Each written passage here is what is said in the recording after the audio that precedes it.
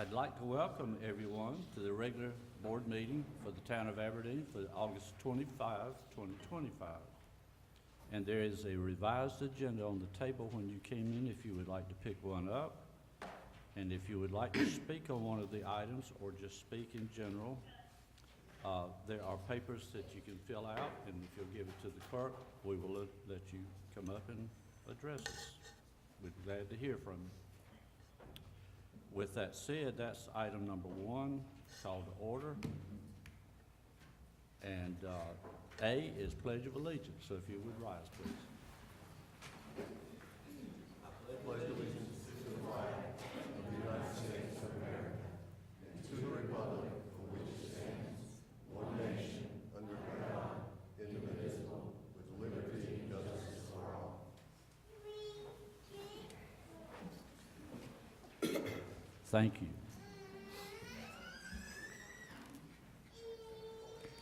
So, with your agenda in front of you, we will close out number 1 and go to number 2, setting of the agenda. Mayor, no changes. The reset agenda that was passed out earlier, it was just changing the motion for the closed session tonight. All right. Just so you know. Did everybody see the revised on that? It's closed session. If you'll look at it. Everything else was the same on that. Everything else was the same. Right. I make a motion, we approve the agenda as written. Second. Motion and a second. Is everybody good with that? All in favor? Aye. Any opposed? Motion carries. Thank you. Close out 2. We'll go to number 3, consent agenda. All items listed below considered routine or have been discussed at length in previous meetings will be enacted by one motion. No separate discussion will be held except on request by a member of the Board of Commissioners.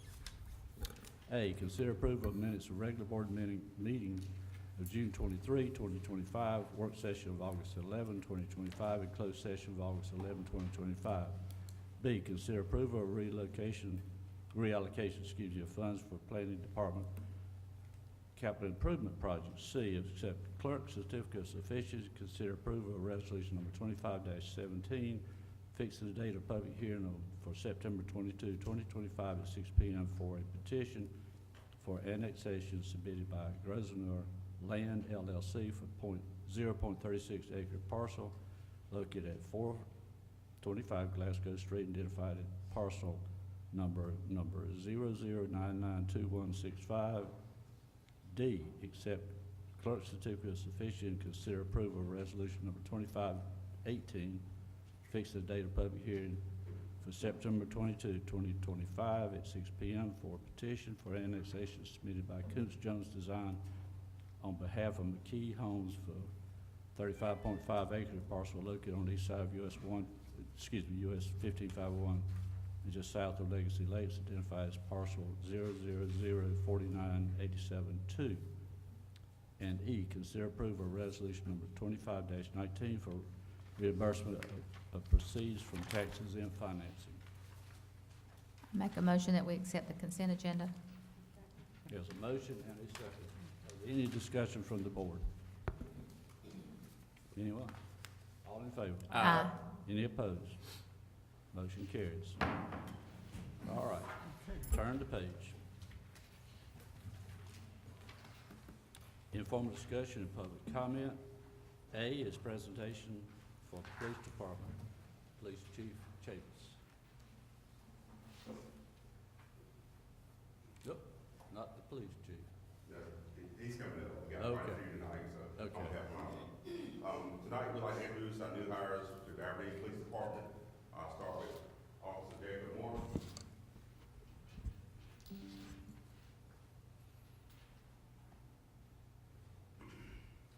Jacob Moore is 22 years old. He's a resident here in Moore County. He graduated from Union Pines High School in 2021. He completed basic law enforcement training at St. Andrews Community College, and tonight his father will be holding the Bible.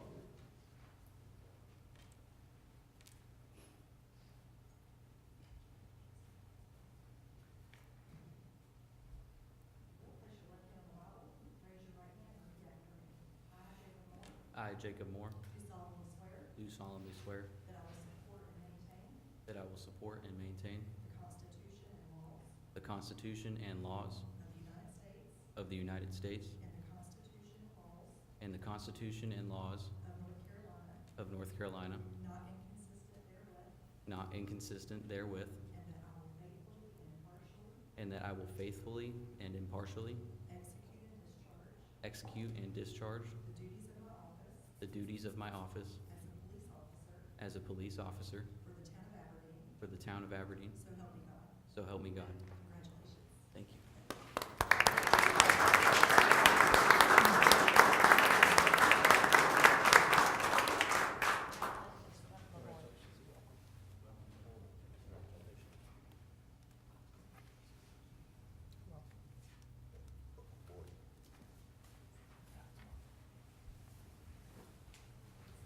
Next, coming up is Hans Cantileo.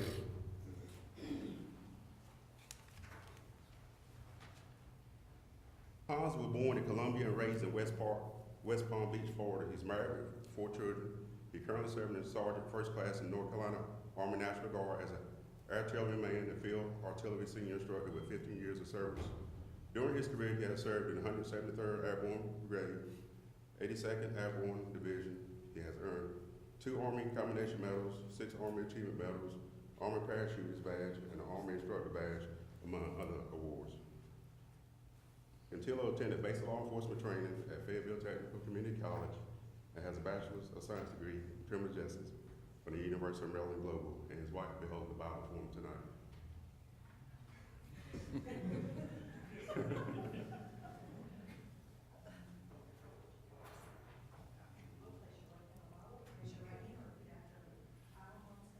I, Hans Cantillo, do solemnly swear that I will support and maintain the Constitution and laws of the United States and the Constitution and laws of North Carolina, not inconsistent therewith,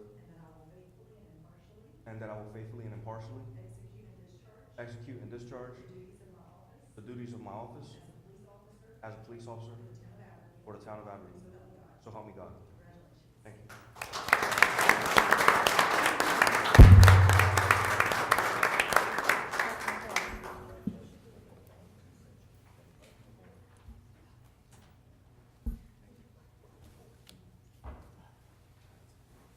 Next, Chief Davis will do the promotions.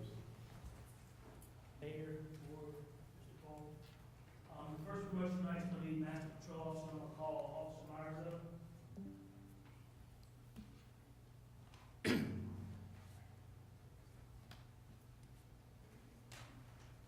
Matthew Myers was born and raised in Eastwood, North Carolina. He graduated from Pinecrest High School, previously employed as a landscaper. He has been employed with the town for 3 years, and tonight he's been promoted to Master Patrol Officer, and his wife, Allie, will hold the Bible for him. She would come forward.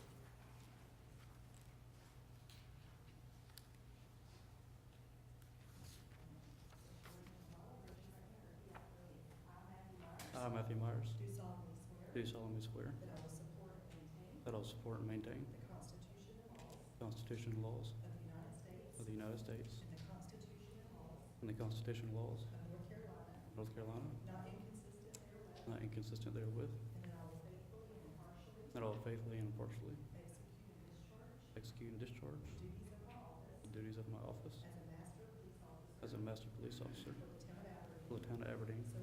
So help me God. Congratulations. Thank you, ma'am.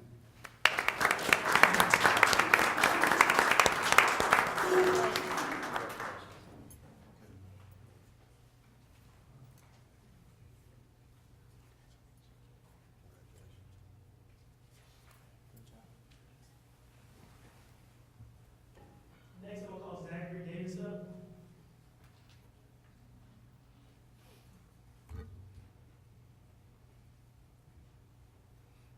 Zachary Davis was born in Clinton, Maryland, and raised in Moore County. He attended Union Pines High School and graduated in 2017. He attended Appalachian State University and graduated in 2021 with a bachelor's degree in criminal justice. After finishing his bachelor's degree, he attended Caldwell Community College DLT program and graduated in 2022. Zachary started working with the Aberdeen Police Department July 4th, 2022. And tonight, his girlfriend, Angel, will be holding the Bible for him.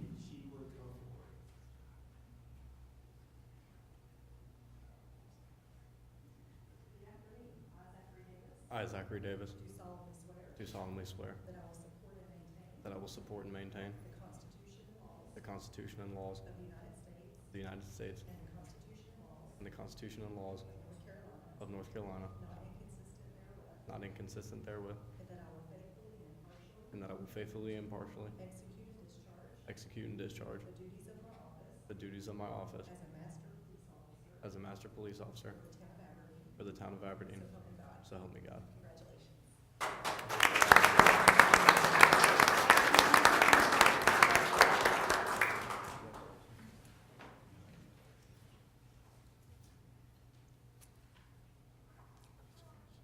Congratulations.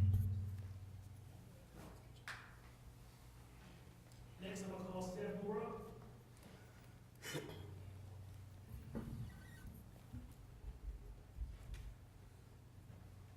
A little bit about Steph Moore. He was born and raised in Tampa, Florida.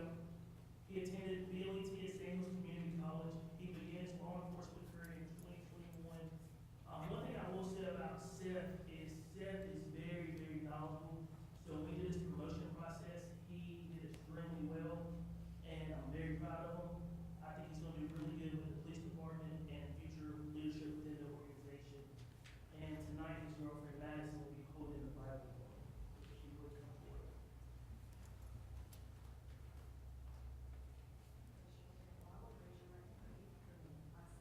I, Seth Moore, Do solemnly swear do solemnly swear that I will support and maintain support and maintain the Constitution and the Constitution and laws laws of of the United States the United States, and the Constitution and laws Constitution and laws of North Carolina, of North Carolina, not inconsistent therewith, not inconsistent therewith, and that I will faithfully and impartially I will faithfully and impartially execute and discharge execute and discharge the duties of my office the duties of my office as a patrol sergeant as a patrol sergeant for the town of Aberdeen. for the town of Aberdeen. So help me God. So help me God. Congratulations. Thank you.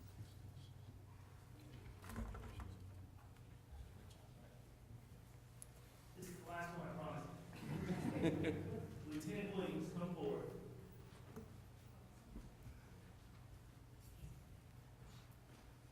This right here is a very special promotion for me because he worked on my shift for 7 years and I trained him, so it's awesome to promote him tonight.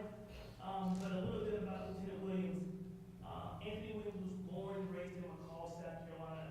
He married his wife Ashley in 2014 and had 2 beautiful girls, ages 2 and 9. Anthony attended basic law enforcement training at Richmond Community College. After completing BLET, he started his law enforcement career part-time with the city of Madison before going to Hamlet PD. He came to Aberdeen Police Department in 2015. Since being at Aberdeen Police Department, he has taken numerous leadership classes, including 500 hours of critical leadership, and has completed the Leadership Institute through the North Carolina Justice Academy. Anthony received his advanced law enforcement certificate in February of this year. And tonight, his girls and his wife will be holding the Bible for him.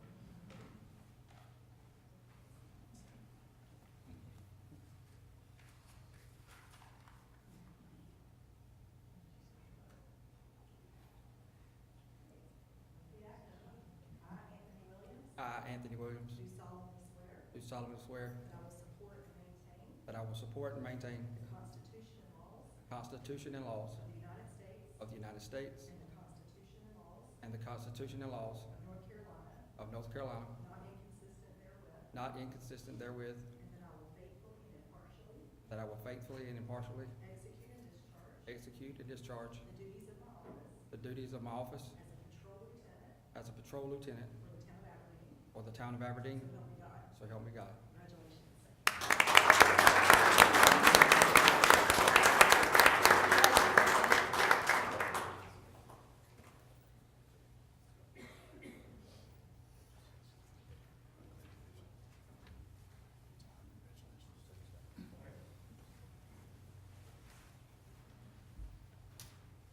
The reason why we can sleep well at night is because of the blue and white shirts that are in this room.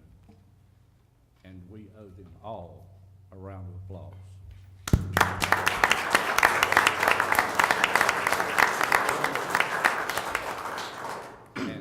has a little announcement about the police department on the outside. You might want to say something about that. Oh, yes. The sign that the mayor wanted to identify the police department is up on the building, Mm-hmm. so everyone can see I saw what's it. happening in the police department. I thought it looks really nice. I saw it the other day. It looks really nice, yeah. It goes around the building. When the building was built, there was not a sign that said it was the police department on the front of the building. It Right. actually said it on Yeah. the side of the building. So finally, we have a sign on the front of the building that says police department. So next time you ride by, be sure and look. Somebody got a sign. Yeah. That was nice.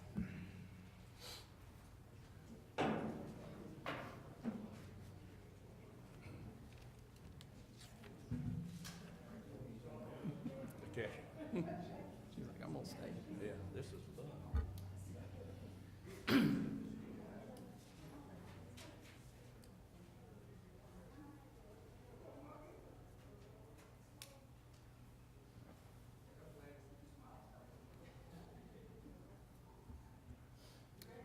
Okay. I will close out A and go to B, which is other public comments. And this is for the public, if someone would like to speak to the board. And we do have, this one's over here, this is later. Yeah. And if you'd like to be recognized, if you'd fill out a request to speak. I do have one, and it's open to anyone else if they'd like to speak. Ms. Ork, am I saying it right? Ork? Orky, excuse me.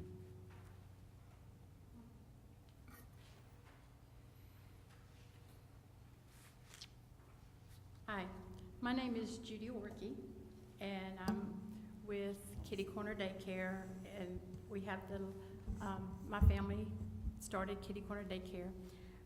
I've been here before in front of you all, and I've come again. I have some pictures on a flash drive, or I have some pictures that we could pass around. Flash drive? The hard copies. Yeah, we Wow. could, yeah. Just get, is that good? I can talk to third graders a lot better than I can to adults, so You're bear fine. with me. You're fine, you're fine.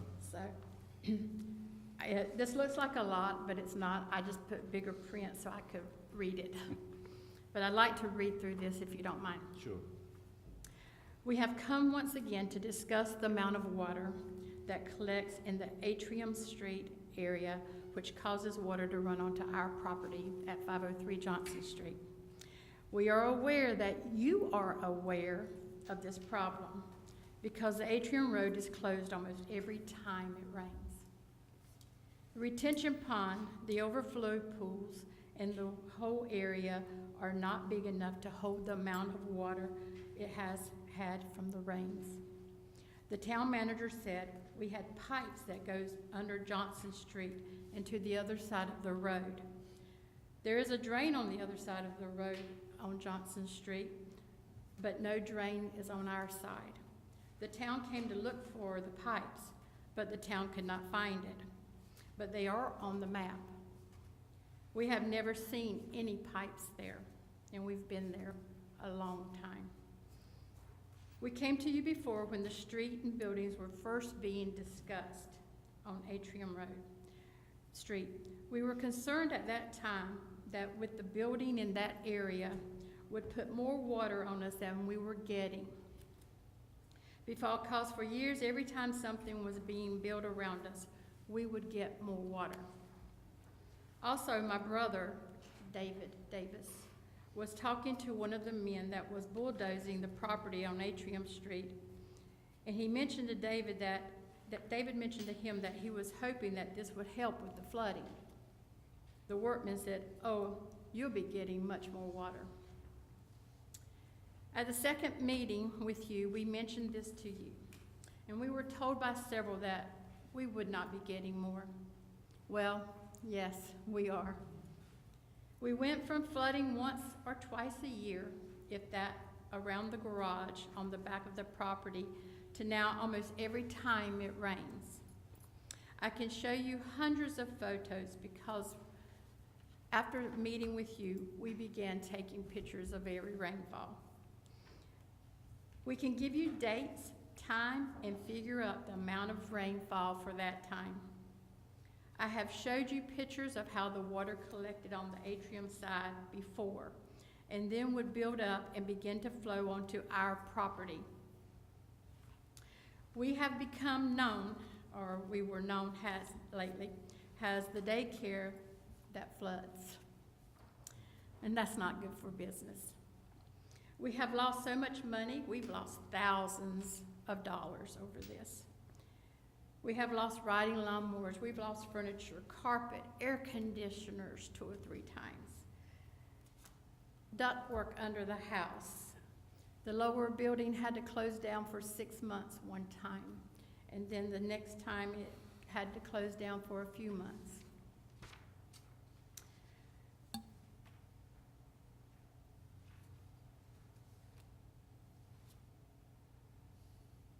Also, you asked the builders to put up a fence as a buffer between the properties. And I have the minutes. And the mayor asked for a fence that would last, like a PVC. Well, parts of it fell out almost as soon as it was built. And no one has ever tried to put the slabs back in. And at that time, when I'm talking about, there's just 2 slabs. We rode by there a while ago and the whole fence is just slabs all over the place. It looks terrible. And no one has ever tried to put the slabs back in. It wouldn't probably cost anything but a little bit of labor. I don't think anyone thinks that it is their responsibility. And that does not help Aberdeen to look good. I would like to stress again that we went from 1 to 2 times a year around the garage to now almost every time it rains. So now I would like to ask you, and not just around the garage, but sometimes it rains and it comes almost up to flood the building again. And the building has been flooded 3 times. So now I'd like to ask you, what are the plans for the Atrium Street area? It does not look good for a brand new street in Aberdeen to have to be closed almost every time it rains. And I love Aberdeen. I've taught here for 18 years and worked in the daycare for years before we moved. We know a lot in the area got hit badly with Chantel, and I pray for those people too. But with Chantel, we got about 4 inches less than with Florence, but we had much more damage than ever before. At the first meeting, our concern was that we did not want to get more rainwater and flooding with less rain. And with the way the retention ponds are built and the ditches, we get way more than we should. I come to you tonight asking for direction on what we can do about this.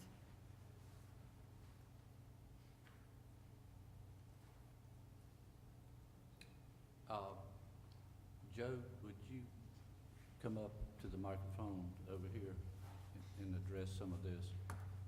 I've seen the water. I know what you're talking about. Go to this microphone over there, if you will. And I'm still me. I don't know about the rest of the people on the board. I'm not sure who owns that road. We keep getting different stories about who owns the road. Who owns the road over there? It's still in the developer. We have not accepted the road yet. He is aware of, I can't remember how long ago we've had a meeting with him when he tried to have a bond release, but he is aware of the flooding, the road where it stays submerged, and the fence. All of that is still being held under his bond. Is that fence his? Yes. Well, where can we go with that? If he's not fulfilling his obligation, where do we go? Yeah, I think it was in the spring when he came and asked for the bond to be released, and of course, I coordinated with Joe. This project was underway before I came, but Joe identified, they went out and did an inspection, identified those issues, and said that it wouldn't be released until that was corrected. They attempted to schedule a meeting with us, and then they delayed it, but they were gonna meet on site to put their eyes on what the issues were, and then they delayed it, and then they've been quiet since then. So we probably need to reach out to them, see what their, status is.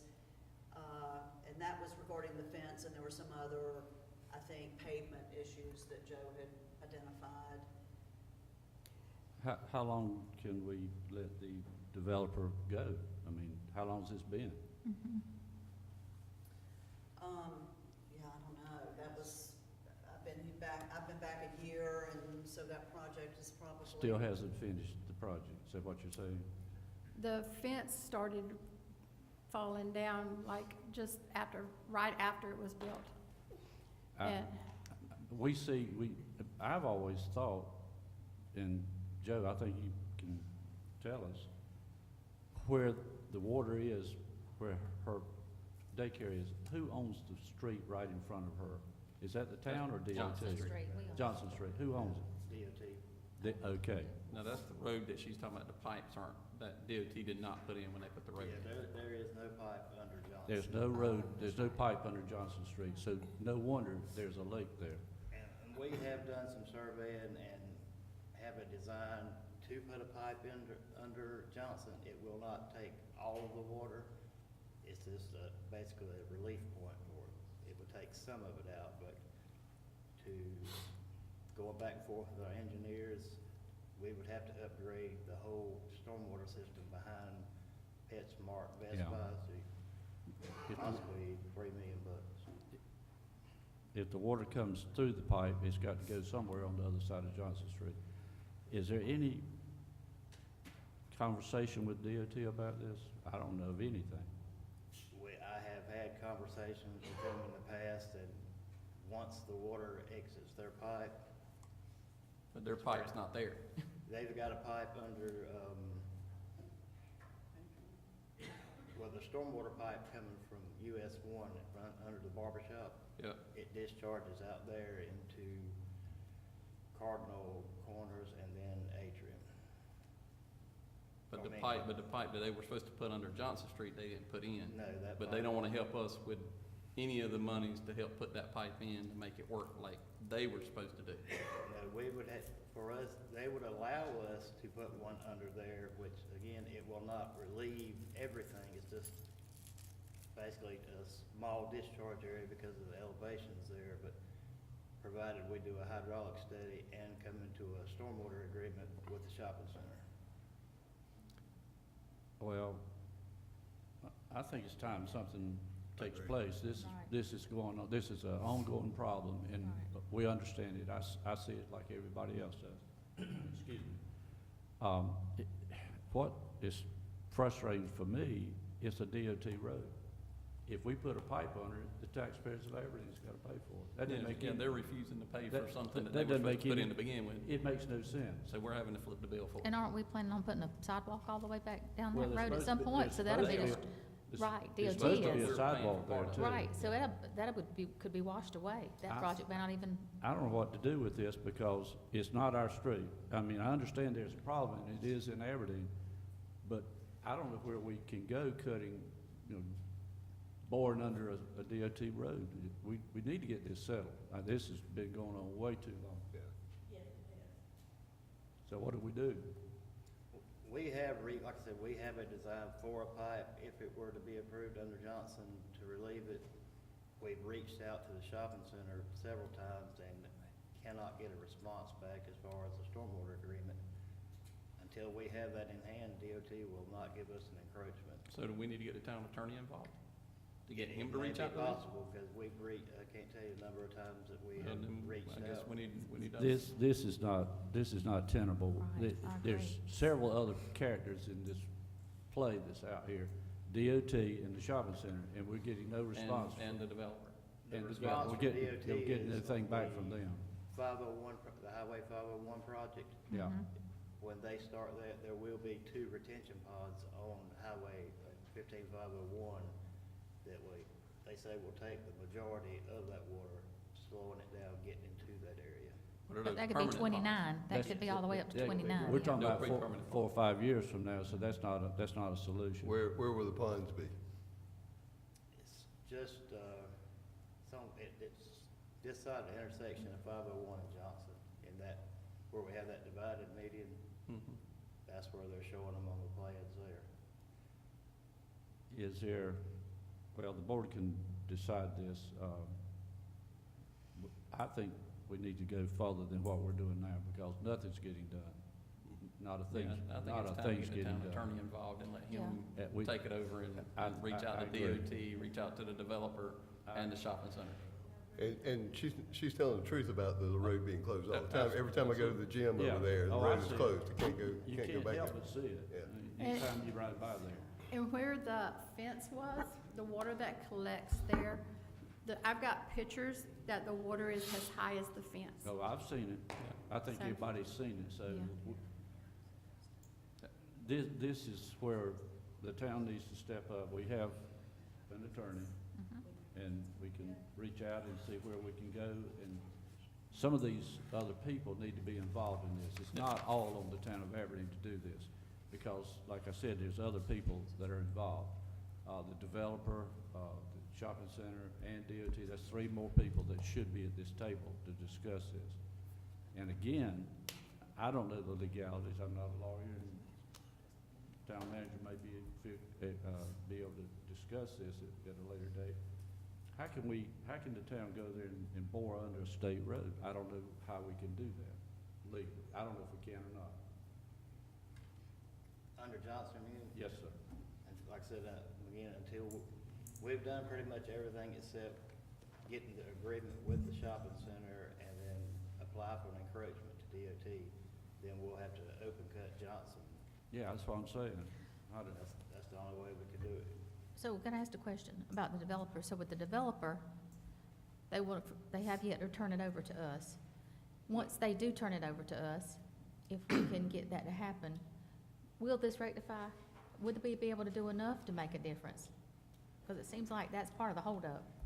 It will not take all the water. This is just basically a way to relieve some of the area, but with the elevation difference there, there's very minimal slope there that we can get that water out with what they designed. It's such a low area.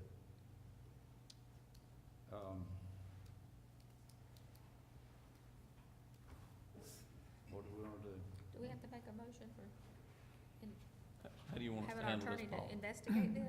No, if it's consensus to Okay. get the town attorney involved, then that's fine. Yeah. But, I mean, I'll just tell you, it's gonna be a long discussion. It's just it's a complicated problem. And, we're kind of set in the middle between private ownership and DOT not willing to do something. And so it's just, and that's where it's been for years, unfortunately. So, I mean, here we are. Well, I mean, I- really, yeah. nothing's changed from 2 years ago. Does she have any legal, as a homeowner, could she take it into her personal legality? I mean, that would be like if it were me and I were in your shoes and Right. it seems like, I was like, well, it looks like you have as a homeowner some type of, because that's a development that doesn't belong to us. But I mean, you may not want to get involved in the legality of it, but we may not be able just- to. The Yeah. price of getting involved in. True, I understand, Yes. I totally understand it. It's just that if our hands are tied, that would, you know. Well, I'm just thinking, what would I do if this happened in my yard? I'd probably have to take it to court over who's doing it to my Well, yard. I It's definitely not the don't town. want, well, I definitely don't want to release that security bond No, until this is rectified. but how long can he sit on it? I mean, indefinitely? Is there no time limit on this? There may be, and I just have to look at it and see what they're, Are Well, there one- fines for something like And that? one option could be to call the bond Yep. and still not accept the road, and then use that to do some sort of improvement. I mean, that might be, I don't even know what the bond amount is, I'm sure it's gonna be under what needs to be done, but, you know, the long-term fix of the millions of dollars, I mean, that's just not gonna happen under, our own budgetary restraints. It's impossible. So, it'd have to be some bigger fix, and I know the, 501 improvements, again, on paper, are supposed to, I don't know if it's gonna fix the problem, it's supposed to help the problem, but That could be that's 2029. True. that's another promise that may be a dead-end promise That's that out doesn't there. That's- fulfill it either. To me, that's way too far out. Mhm. This is, something needs to be, looked at. Would a meeting with DOT, would that help you or not? You already know what they're gonna say. Yeah, we went Okay. back and forth. That's why we did the initial survey and had LKC look at what we could get by with under Johnson. If y'all had a meeting like that with DOT again, could we be invited? Oh, sure. But as Joe said, I don't know where this will go, but we could certainly reach out to them. And as everybody in the southern end of Moore County knows, DOT can do what they want to. Mm. If they want to cut your tree down, they'll cut your tree down, I'm aware. all right? Is this one, could this be one of the projects that we could add to our, projects that we have ongoing with the DOT now? Or is it too late to Yeah, submit it to that? that was specific to, Yeah. what was it? Jonathan Carbon. No, I mean, not that one. I'm talking about the other. other projects that were introduced at our last meeting. Oh, Yeah, gotcha. okay. For the developer, you know, he had guidelines and stuff that I don't feel like he really followed through with. Are there ways to have fines if he doesn't follow through? Sure, we can get this under review. We will contact the town attorney, and we need to start soon. This has been going on way too long, and you've been dealing with this for years, even Yeah. before they put the shopping center back there. You were dealing with it. I mean, if it's all started on our property, but It's not, It doesn't. it doesn't start on your property, it gets to your property, I understand. yes. Okay, okay, all right. Everybody on the board, anybody else want to say anything about it? There's consensus. We will let you know where we're going. All right, thank you. Yes, ma'am, thank Thank you. you. Thank you. This is the public comments. Is there anyone else that would like to speak about an issue in Aberdeen? Anyone else? Or anything they want to bring up to the board? Good or bad? All right, not hearing anyone. I'll close out B, and then we'll go to number 5, which is manager's report. Mayor, I know we have a couple items tonight, so just to get through this quickly. When Mr. Watson presents his report, following mine right now, it's gonna be a good report, just wanna give you a heads up on that. He's gonna give you a little bit of a summary of where we stood at the end of June, for our last fiscal year, and it's a good position, so look forward to Butch's presentation there. And as you see on the agenda, we also have our audit report from a year ago that was finally been submitted, and you'll get to meet our new auditor. Butch will introduce her, and so that's a good thing. So we're kind of off and running on that, which is good to finally be here. I think you'll enjoy that report also. Just a few more things, and you've got my written report before you on the last page. So the new water fountain at Lake Park is back. As you recall, it was removed right before July 4th for repair, so that was replaced a week or so ago. So it's back and working, which is great. So hopefully it'll withstand the test of time, both near time and long distance time, and last a good bit longer this time. From the recent storm, Philip and his crew, they're still working on the FEMA claim for our public assistance. And again, we have over $2 million worth of claims for public facility damage. We'll see how that comes out. It's gonna take weeks, if not months, to kind of get that to the next step. So we will keep you posted when we get concrete next steps. Nothing really since the last couple of weeks when we met before, but I just want to keep that in front of you because it's a big step for us. And that will be a great help. Some of the things we've already fixed, already spent our money to pay for, many of the water, sewer, and some of the road damage, sidewalk damage that we just had to fix right away. So a lot of that is reimbursement, which we feel pretty good about. And then some of the bigger repairs, to our parks, to the bridge, to the parking lot, all those are up for determination by FEMA if we get reimbursed for those. So there's some pretty big dollars at issue here. So again, it's very important to us, and it's kind of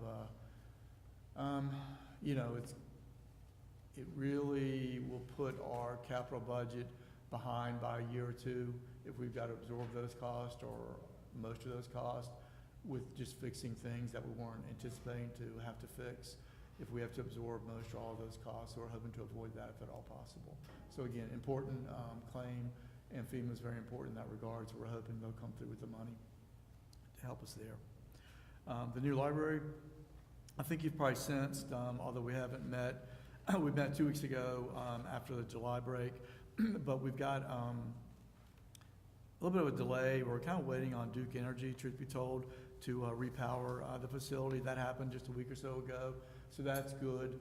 And we got that up. HVAC, I think, will be working maybe as early as tomorrow, which means we can put the floors in because they couldn't be put in until the HVAC was up. So it's kind of a little domino impact in a good way. That first domino's been triggered down, so we're kind of off and running on that. We're still looking for the late October, mid-November finishing time frame, maybe before, but that's still a few weeks before the absolute deadline for the contractor to complete the facility. So we're optimistic that we'll meet or meet that deadline early by a couple of weeks, if not a month, before that's ready. And also, I think we talked about it a couple of weeks ago, but the county has advertised for the full-time position, and so they're going through that process now. Once they get to interviews, our staff will take part in those interviews in some form or fashion to kind of have some input with that person, because it's going to be an important role at that library, and that person will be the face of that library once it gets open, and they'll be the main contact for our community at the library. So looking forward to all that. So it is getting close, and everything's still intact as we planned going back a year or so ago. And finally, the approved pickleball courts. They're hoped to get started last week with some of the weather. The paving firm is catching up with some of their other projects with some of the wet weather. So they hope to be out there this week starting on the first aspects of paving, which really is not that large a job all said and done. So really, if they can just get out there and get started and get several dry days in a row, we hope that they can get that pavement done, and then we'll kind of come back and start the finishing and the painting of the courts. And we've got a good contract on the fencing. We are able to afford a full four-sided 7-foot fence around it, which we weren't sure we were going to afford, and we got a really good price. Give credit to Philip on that. He worked the system pretty hard on getting that fencing number down to something that's affordable. You would think those metal fences are made of gold or something, but we worked with a local company who finally gave us a good price.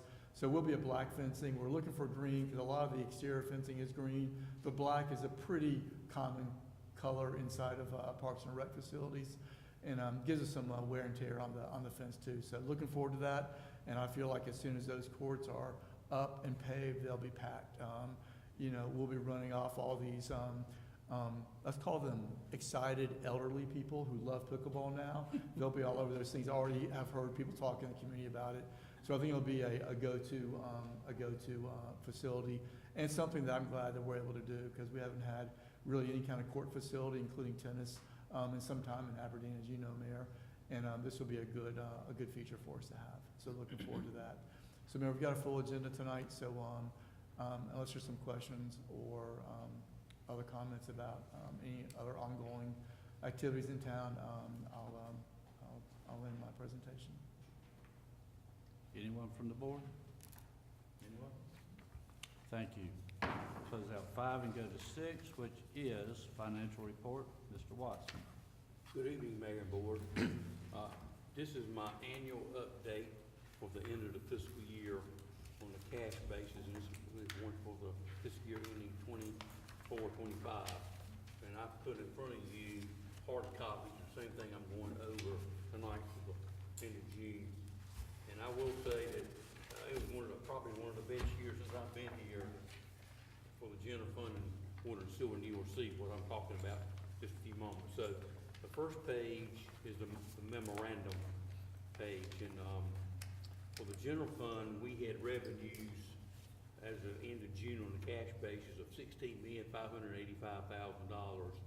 Expenditures, $14,174,000. So basically, we had net income of $2,410,000 for the general fund. And again, that's on a cash basis. Some of the highlights of that, our real and personal property tax collections were 102.16% of budget. Motor vehicle tax revenues were 123.38% of budget. Our fire tax revenue was 98.73% of budget.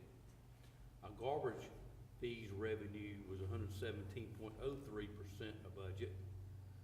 Building permit revenues were building permit revenues were 187.36% of budget. ABC net revenues was 105.08%. Sales tax revenues, which I'll go in more detail in about 5 minutes, was 105.08% of budget. My fault, 105.09%. Got too many 105s together here. Utility franchise tax collections, 118.34%, and power bill revenues, 126.89%. I'll let that soak in for a minute. Just about everything's over 100% what we budgeted.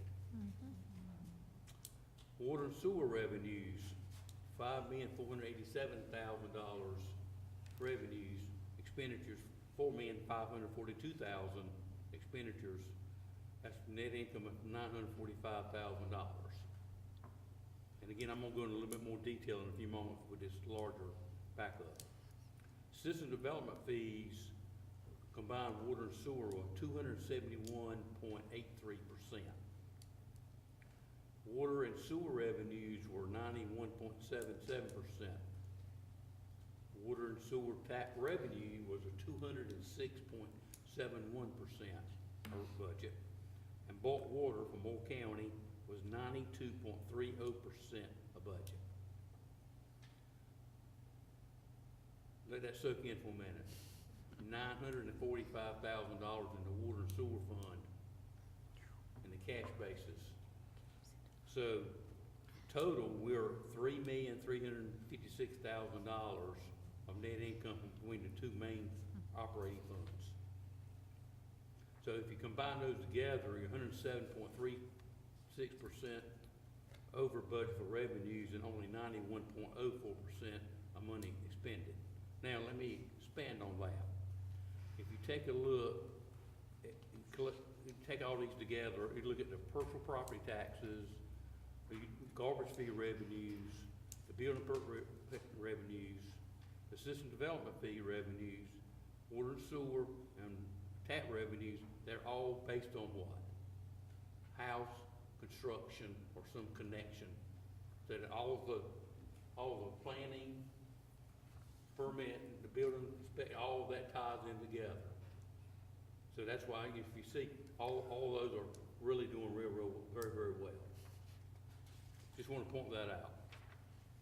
On the capital project funds, and I'm not gonna spend a lot of time on that, because I talk about that every month, is, we have a total of 8 capital project funds, and that's a total of $5,269,000. I'm not gonna go over every line there, because you can see on my backup spreadsheet there, the line items in even more detail on what was sent to you guys last Friday on my reports that I send out on a monthly basis. But if you take a look at the 11x17 sheet with green and blue, I want to give some more details. These are the 4 components that we take a look at, and I normally give this to you every quarter. Salary, benefits, general operating expenses, capital outlay, and debt service. The far right column, second to the right, is the revenue, saying matches up at $16,585,255. Last year's revenue for 23-24 on cash basis was $15,960,000. 24-25 was $16,585,000. So that's a $624,000 increase from one year to the other, just in general fund. If you take a look at the water and sewer, you got $5,487,000 of revenue this year. Last year, $4,572,000. That's $914,000 increase in revenue alone. Now, one thing you got to remember during this time is when we went from bi-monthly to monthly collection. That has helped tremendously for your cash flow. Also, if you take a look at the middle of the spreadsheet to the left, that's current year in the middle, or most recent year, and 23-24 beside of it, you'll notice on a percentage basis, we spent less this year in both the general fund and the water and sewer fund than we did last year. And that's due to a couple factors. Some of the larger projects that we had budgeted, those projects did not happen, or only part of them happened. So if you take a look specifically at capital outlay in the general fund, it was 83.15% only. That's a lot less than it was the prior year on the percentage basis. That's just one of those things that happen. That's why our expenditures were a lot less on the percentage basis than they were the prior year, and that's why we had such a large net income, which is great, because that all rolls into fund balance for when we get the audit for end of 24-25 completed. So we're gonna give you a couple heads up on that. Any questions so far? Again, the capital project funds are on the bottom of the first page, second page. It's the same, it matches up with my summary here. It's just a little bit more detail on that. If no questions, flip over to the next large sheet, the deposits and investments. And I do this again once a year. And basically, we were $3,250,000 better off at the end of June in cash basis than we were the prior year. That's just growth in revenues of all types, water and sewer, as well as real and personal property, bill and permit revenue. That's the gross total number.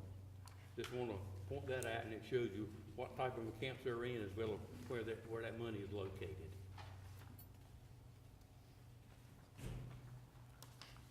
And you know, also on the next page, if you don't mind flipping over, this is the tile bill funds over a 2-year period. The beginning balance of the fiscal year was $434,683, and we expended this year $173,822, and then we received from the state $362,892. So that left at the end of this year $623,753. Now, this particular year we're in, 25-26, we've only budgeted $71,000, and the reason so is I think the next year Joe's going to go up with a larger paving contract, and because they usually get better prices the larger that it is. And then we also will receive another $371,000 that we budgeted, so that would leave $923,000 if we followed that down to the dollar. Now, part of the parking lot street where it got flooded, about 30-35% of that is Powell Bill property, because it's a part of that street. So we can use Powell Bill money to offset the cost of that. So when that starts happening, you'll see some budget amendments and everything that follow that. Just want to point that out. Because we don't know for sure if we're gonna get that FEMA money, do we? Well, that's We already get done. some, I mean, That's done, but the FEMA money can reimburse us back. True. But we do not know when that's coming in. It may Right. be when we off the board, I'm retired. Who That's knows? right. We just don't know. Then the next spreadsheet is the sales tax from the period of 2019-20 through 24-25. And you'll see that we received $3,862,000. We had budgeted $3,675,000. So we were 5.09% budget to actual revenues for this year. If you compare it to last year's revenues, actual to actual, we're 5.47%. So we're basically about the same we were last year on a percentage basis. I will point out two things. A lot of the units of government did not make their sales tax collections for this year. And some of the larger units did not collect what they budgeted. I will tell you that. Also, if you notice, if you go back and compare 2019-20 to 2024-25, that's an additional, compare 1 year, that year out, 5 years, $1,490,268 more sales tax that you received that year. So that's a total of a 62.82% increase that you've gotten on sales tax. So the economy in Moore County is doing pretty well for everybody for that purpose. And I expect, and I think the manager, somewhere to 3 to 5% growth in sales is the average. The time during COVID, that really doesn't count, but it does help us, but that's not, you're not gonna get 146% of your sales tax every year. That's just about impossible. And the last item I have for this particular report is the system development fees, and I will go back and give you a little bit of history. That came to effect, I think, in the spring of 19, when that came to effect. So that's when that was started being collected. And through the end of June of this year, we had collected $1,513,000 in water system development fees and $641,887 in sewer system development fees. Now, there were two projects that used some of that money for the water. Back in 2021, it was $91,815 for a radium project on that well number 28. And then $117,000 range in 23-24 for some meters at some of the well sites, booster station, and so forth. That leaves amount of $1,304,000 for the water and that $641,000 for the sewer. Joe has some projects that he's probably coming forth, hopefully, that will use some of that money. So basically, that's system development fee money, not what we collected, or, you know, he's got in his capital outlay, we can use that money to pay for it. So that's all I'm gonna say about that until it actually happens. Just wanted to give you a heads up. So we keep that money, we accumulate that money. That money is part of that $3,250,000 that we collect this particular year. So Okay. we got $542,000 and $291,000. That's why it grows so much. That's all, and We that's don't- central depository. Okay, great. Any questions on this particular report? Okay, the last thing, and I'll be as efficient as your time as possible. I want to go over briefly the July report, and I will say this each and every month when we talk about this in July and August. This is the lean months for the general fund for the purpose of revenue based on property tax collections and so forth. You will see that show up normally in September when the county has a big pay, since they offer a discount. There'll be a big amount of money that shows up. So, but anyway, that being said, our revenues were $307,000 in July compared to $1,509,000. So that leaves a net loss of $1,201,000. Now, as all that money expended, a lot of the departments will encumber money. So I treat it like an expenditure because they put in their system, okay, we're gonna order this and we may get it in November, I wanna encumber so I can't use it for something else. So that includes encumbered money. Then, there's a few items that we have got some revenues, I did wanna go over that. Garbage fee revenues were in July 9.29%. Building permit revenues collected started off strong, 17.32%. Sales tax, we'll start seeing that collection in September. So that's really the two major things in the general fund. Water and sewer revenues were $574,000. Expenses were $269,000. Again, that monthly billing helps us when we do that. Some of the items for that, system development fees started strong again with 17.63% just for 1 month, that's $78,000. Water and sewer revenues, 8.57%, that's $366,000, which is a little above budget. Water and sewer tap revenues, 9.43% of $16,400, and then Moore County is buying more water from us with 19.04% of $84,746. So overall, even though we show a net loss, that's just on paper for the purposes of the month. You know, so if you look on the fiscal year, I hope to be just as good as we did this past year, but we never know based on weather and hurricanes and so forth. So any questions on that? And then capital project funds are basically the same. I think we spent an additional $100,000 during the month on that, but there will be some money flowing from either the general fund or hopefully outside sources soon to show up to offset some of those. So any questions for me on the financial report for June and or July? Anyone? Looks good, as usual. That Very means, good, Butch. this is great numbers. That Yeah. means, Makes us feel means the good, we town of save money. Aberdeen is solvent. Yes, sir. Thanks so much. Thank you. Thank you. Thank you. Next thing on the agenda, obviously, is Misty Watson, the audit. Mhm. I'm gonna hand out the audit report. She's gonna hand out something, and she's gonna take over the microphone. So a little handout for everyone.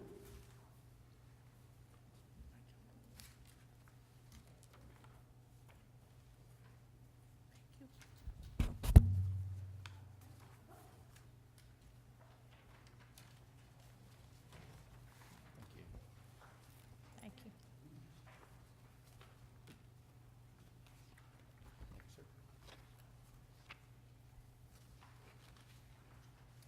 I just put together these little slides just to give you guys a good summary of the audit and the audit report. So again, I just want to thank you for allowing me to complete the audit for fiscal year '24. Had a great experience working with Regina and Jamie and Butch and all the staff. They were like very accommodating and wonderful to work for. So if you want to skip to the next page, there's just a few highlights on this page. And the first highlight is that the town did receive an unmodified opinion, which is a clean opinion, which is what you want. And again, I just want to thank all the staff for all their cooperation and getting everything to me so quickly. And then the third bullet point is for the general fund. It did increase for fiscal year '24 of $484,000. And the unassigned fund balance for the general fund was $6.3 million, or a little over 40% of general fund expenditures. So it's a very healthy fund balance. And then, as you all know, like there's been very strong investment earnings over the last couple of years. So the town had a little over $604,000 in investment earnings. So you all are doing a great job making sure the town maximizes the return.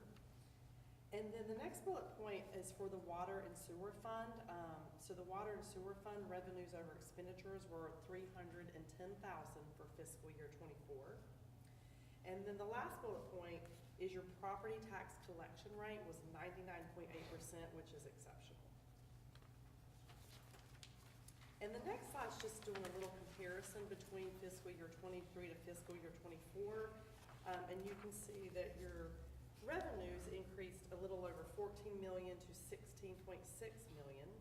And then general fund expenditures went from $12.3 million to $16 million. And Butch and I were talking about that earlier. Some of that is due to some PAL bill monies being spent in fiscal year '24 that I know you all, save some and then do it every few years for those kind of improvements. So that's one of the reasons why that increase happened. And the next slide is just a chart showing you where the bulk of your revenues come from for the town. So as you all know, the biggest is ad valorem taxes, which is $6.9 million. And then unrestricted intergovernmental at 4.6 is things like your sales tax and your utility franchise tax.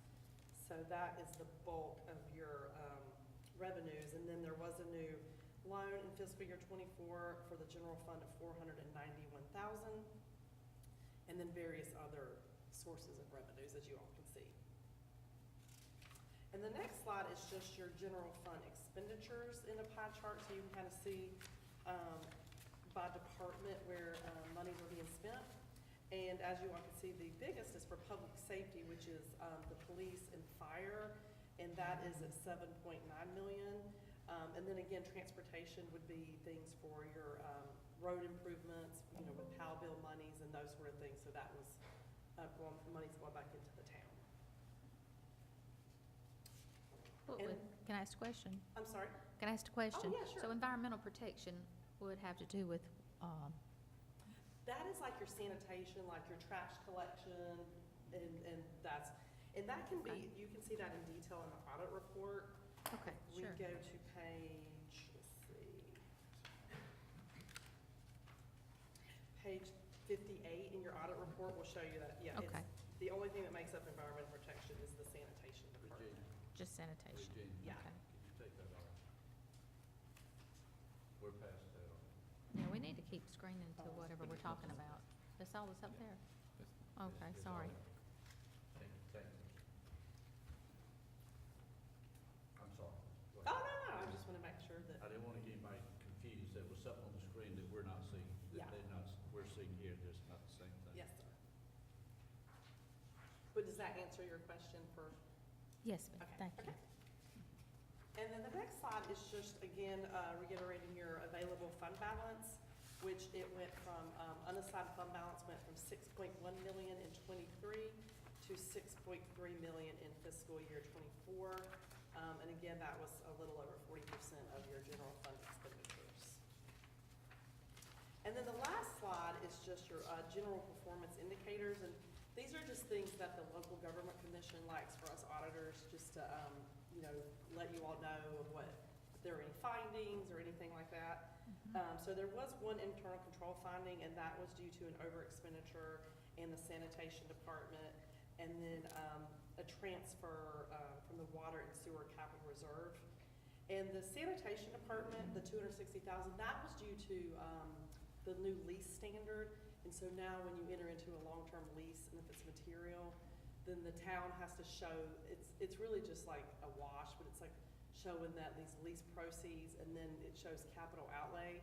So it's really not a cash, you know, it's not a cash expenditure, it's just more a non-cash journal entry. Because you all did budget for the debt service for those, the lease payments, the interest and principal, so that portion was budgeted correctly. So again, it's just more of an accounting transaction. And then the second one for the water and sewer capital reserve, that was, there were adequate funds available.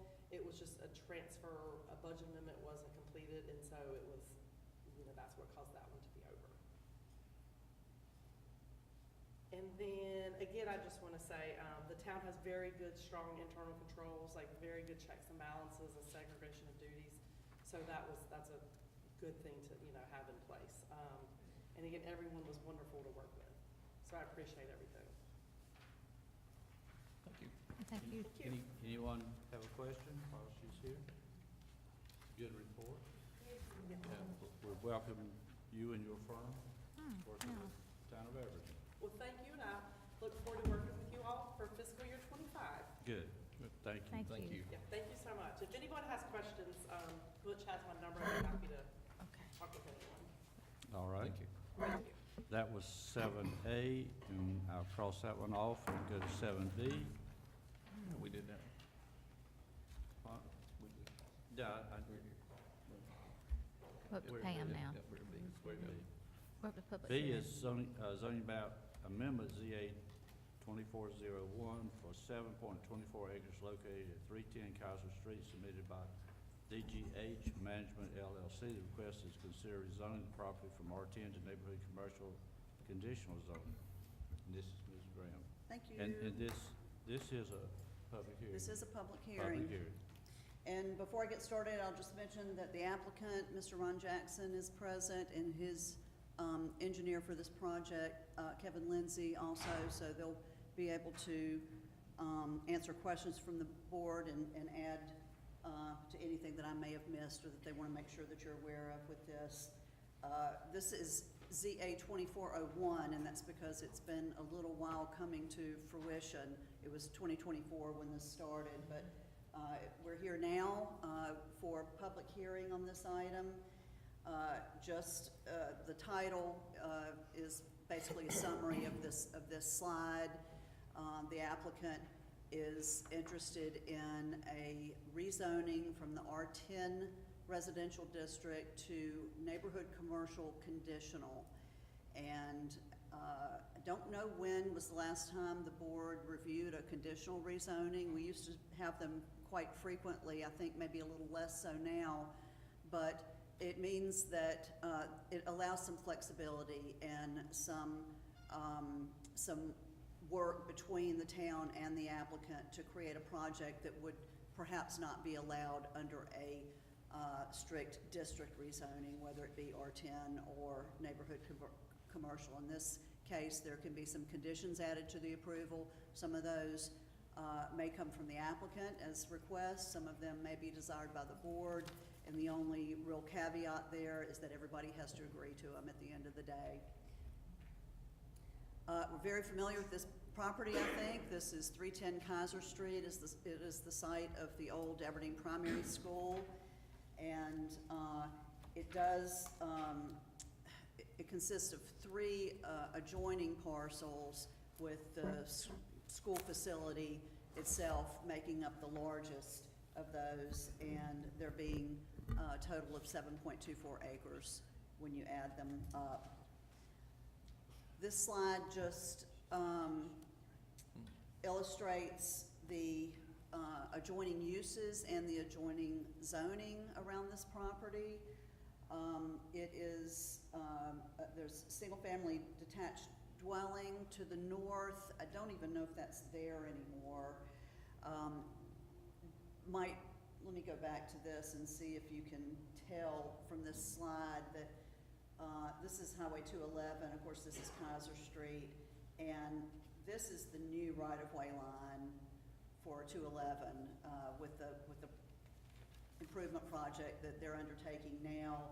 They've taken a good bit of the right-of-way on this side of 211. So I believe this would have been the structure that was there previously, but this land belongs to DOT now. So no actual home on that site, but it is zoned neighborhood commercial, and neighborhood commercial also exists to the north of 211, creating sort of a node at that intersection. Can you go back to that slide again? Yep. So what are you, so you're saying that this home right here is no longer there, correct? It's gone. Right, It's that's what I was thinking. Okay. Yeah, and whereas you can see these adjacent properties, you know, there's a right-of-way line that extends to here. Yeah, your mouse is not showing up on our screen. Oh. That's why, Like, I don't yeah. want to it's make not sure I showing Well, up. that's understand not what you're talking fair, about. is it? Yeah, I want to be sure I'm where you are. Yeah. Well, You're talking and we're I like, okay, can where's the see mouse it, at? but bottom line is, a good bit of the right-of-way for this segment of 211 has moved to the south and has impacted the properties that were immediately to the north of this site. Thank you for letting me know that. I won't bother with the mouse. To the east, there are single-family detached dwellings and also a church, zoned R10. To the south, single-family attached dwellings, also R10, and to the west, same condition, single-family detached with R10 zoning. And this is our zoning map, just as sort of a subset of our zoning map, obviously. But what you're seeing in this sort of pale greenish beige is R10 zoning, which includes this subject property. There is an anomaly in the zoning map, which I've just recognized with this project, that we need to correct, is those properties to the north of 211, which show white, might indicate that there is no zoning there, but that is shown incorrectly. That is neighborhood commercial zoning, the same as what's being requested for this property. And then there is one small section just to the north, sort of on the northwest corner of the property that's zoned neighborhood commercial. And then you have a good bit of R10 surrounding, some heavy industrial, a little bit of office and institutional, but that really comprises this part of Aberdeen, mostly residential zoning and some neighborhood commercial, which would be a less intense expectation than, say, a general commercial zoning district, which we don't see in this area until you get into closer into US 1 or 15501. Do you have any of the commercial highlighted on that map there? The general commercial, Yeah. there's a little bit of general, that dark blue that's up in the very top left corner of the map is general commercial. That's across Highway 211, right? Yeah, it's a good distance from here, but 15501. what's being requested here is neighborhood commercial, which is sort of this pink, but unfortunately is showing, some of it is showing as white on this map. So there is some adjacent property with the requested zoning.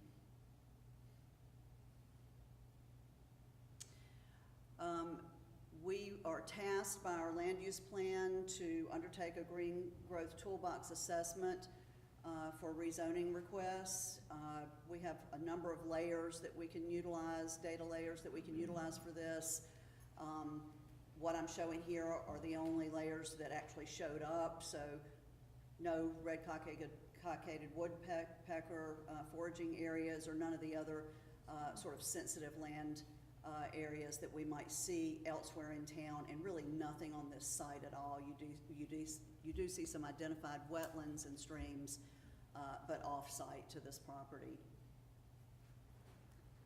I rode by this property the other day, just to see the backside of it, like, you know, and this so this corner up in here, that corner, it has like some empty buildings in it.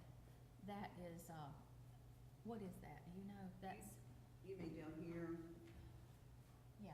off-site I there? was thinking the whole property was part of the school originally, so I didn't know that Yeah. was there. It's not. There's a house there that's not on Yeah, this it's property. vacant. Oh, what I saw was vacant property, but anyway, go ahead. It's not part of this project. Correct, Okay. but immediately adjacent to it. So a little bit of, this is not supposed to show so disjointed, but just a little bit of background describing the neighborhood commercial district that's being requested here.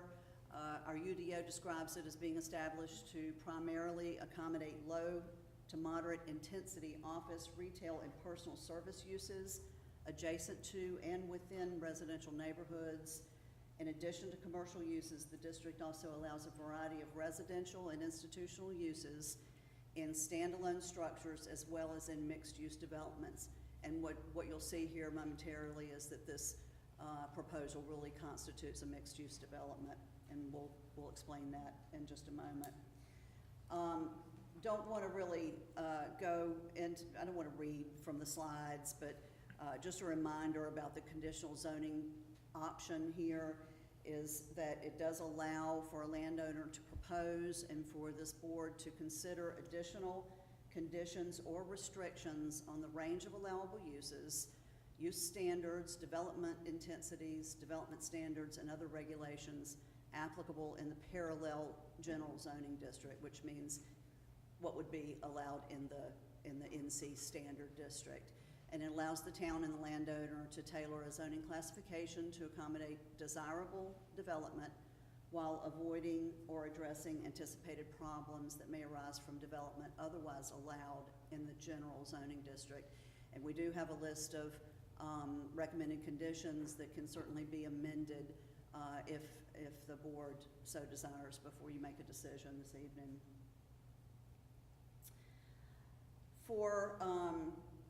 For conditional zoning districts, one thing that you see differently here from just a general district rezoning, let's just say they just wanted the NC district but without the conditions. In this case, we look for them to show a conceptual site plan or a layout of what the development might look like. This is not an engineered plan. It is very much subject to change, but we would expect it to be generally consistent with what you see tonight, unless the applicant sees the need for more significant changes, in which case they would come to staff and we would determine whether that warrants a trip back to the board for approval.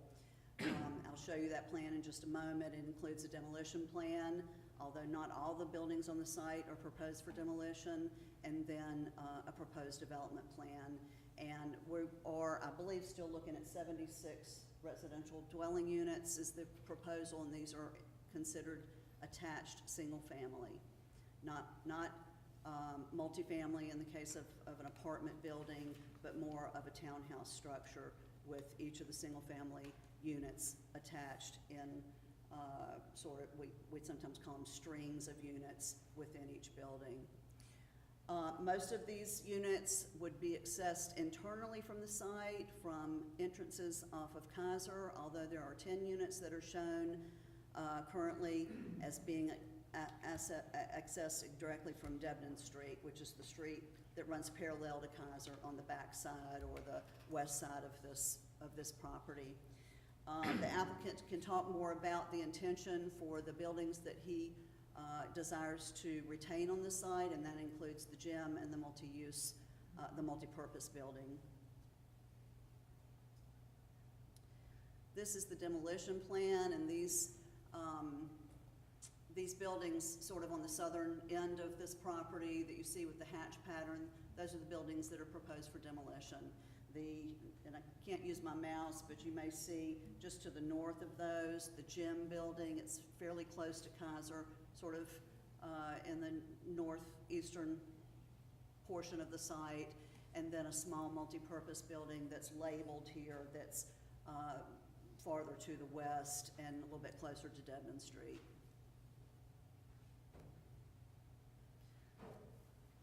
This slide is the engineer's conceptual layout for the proposed dwelling units. And I would really defer to them to provide more description of this, but you'll see a variety of building sizes with multiple units in each, and these are stacked side by side. We do think they'll probably be 2-story units. Again, I would defer to them to provide more description, but they would be townhome type structures with single-family dwellings side by side within each building. Will there be any detached, just attached, everything's attached? Just right? attached, that's the proposal. Okay. And the, of course, everything that you see that's outside of either a structure or the parking, which they intend to retain for that gym building, would be considered common open space or common area. With rezonings, whether it be just a general district rezoning or a conditional rezoning such as this request, there are really 2 primary questions for the board to contend with. One is if the proposal is consistent with our land development plan, and to what extent is it consistent. And that includes the future land use map that's in that plan, as well as recommendations that are near the end of the plan, and those have a list of purposes, goals, objectives, and policies, strategies for the implementation of the plan. So we'll be looking at that in a little more detail. And then the second one is reasonableness and public interest. Is the proposed zoning map amendment request reasonable and in the public interest?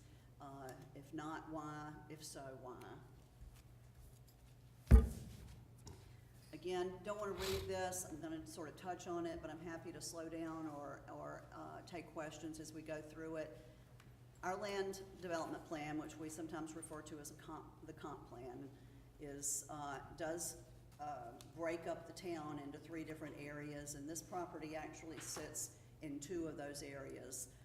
Planning Area 2, which is South Aberdeen, and Planning Area 3, which is commercial cores and surrounds, and that includes most of our highway corridors, such as 211. On the future land use map, this property is identified for medium-density residential. The comp plan does define medium density as a category intended for residential development of single-family homes, which these are. The category is compatible with R10 and R15 zoning. Single-family attached dwellings are permitted uses in both of those districts. However, there's a limitation of no more than 2 attached units per structure, and that applies to the NC or neighborhood commercial district as well. So basically what those zoning districts restrict you to are duplexes. As a conditional zoning, of course, you've seen the conceptual plan, and there are more than 2 units per structure, and that's one of the allowances that the board can consider as part of this request. That if you approve the request tonight, you would be approving it conceptually as what you saw in that plan. The comp plan also goes on to say that generally that future land use map, which I mentioned calls for medium density residential, was drafted with consideration given to key land use issues, constraints, existing zoning patterns, and the existing and future conditions, including population forecasts and the objectives of the land use plan. Plan was adopted in 2019. We've had some population forecasts since that time, and certainly some growth assessments since that time, and I'll touch on those in just on that in just a moment. But that should be part of your consideration here, that there have been changing conditions since the 2019 plan was adopted. And so I'll just say that even though that map indicates a desired pattern for the future land use of this property and any other property in the jurisdiction, it does not mean that those desired uses cannot adapt to changing conditions. And when those changes become apparent, the map should be revised, and the statutes actually allow for you to, for the map to be automatically updated if you make a decision that is not completely supported by the map. And this is the sort of inset of the future land use map, and not having a mouse to work with, basically this property is almost dead in the center of the map. You'll see the label up at the top, the subject property with the arrow reaching down. And all of that orange that you see is medium density residential. That doesn't mean that it's zoned that way, although it more or less is. It means that that is the expectation for future development of all the properties that you see in that orange. And the yellow is lower density residential. There's some, a little bit of commercial sort of in the vicinity, but the closest commercial expectation is just to the north of 211, and more or less coincides with the neighborhood commercial zoning district.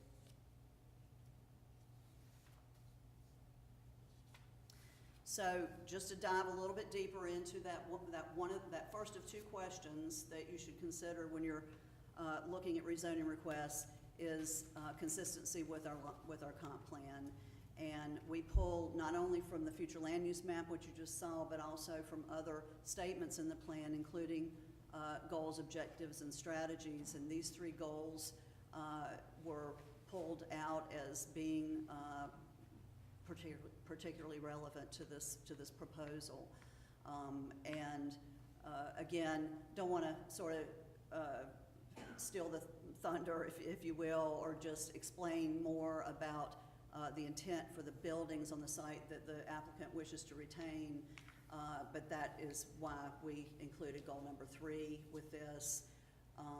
Goal 6 was to consider the preservation of residential neighborhoods, and 7, to support infill development as an action essential to the continued development of the town. And this would be considered infill development, redevelopment in this case.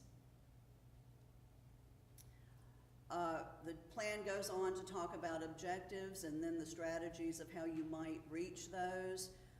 Just to touch on these, we did, the plan speaks specifically to the Berkeley community and to continue revitalization of that community as you prepare for orderly growth in that South Aberdeen planning area and accommodate future residential needs.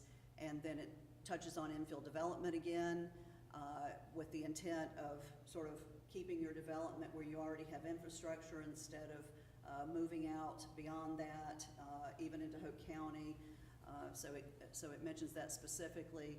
And then the objective of ensuring parks and recreation needs are met for future generations. And I added this not so much because this is going to become a town-operated park, but there will be recreational uses on the property as the applicant intends, and so thought that that was relevant for your consideration.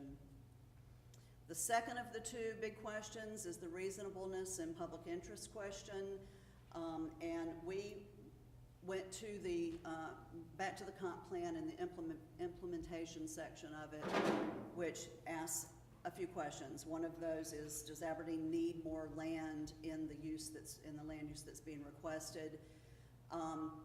Don't want to read this. It was in your staff report. As a matter of fact, this is really just a summary of what was in the report.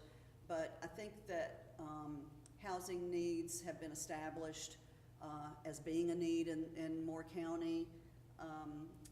And we did take a look at the 2024 report that came out that I know you all saw. that's the Carolina Core Housing Needs Assessment. And that assessment predicted a housing gap of over 7,700 residential units for the 2024-2029 timeframe. And just a little bit more information about the median house price in Moore County, which was highlighted. It's a 21 county study, but they did speak specifically to Moore County. And of course, some among the many solutions to that, or potential solutions to that, is to add to the inventory.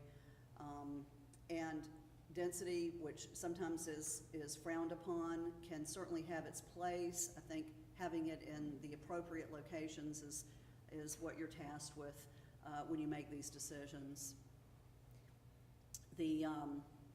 It's also important to note that this commercial node that is very underdeveloped but still viable there, where 211 and Kaiser Street intersect, and with the neighborhood commercial zoning reflecting that, would potentially provide support for an increased density here.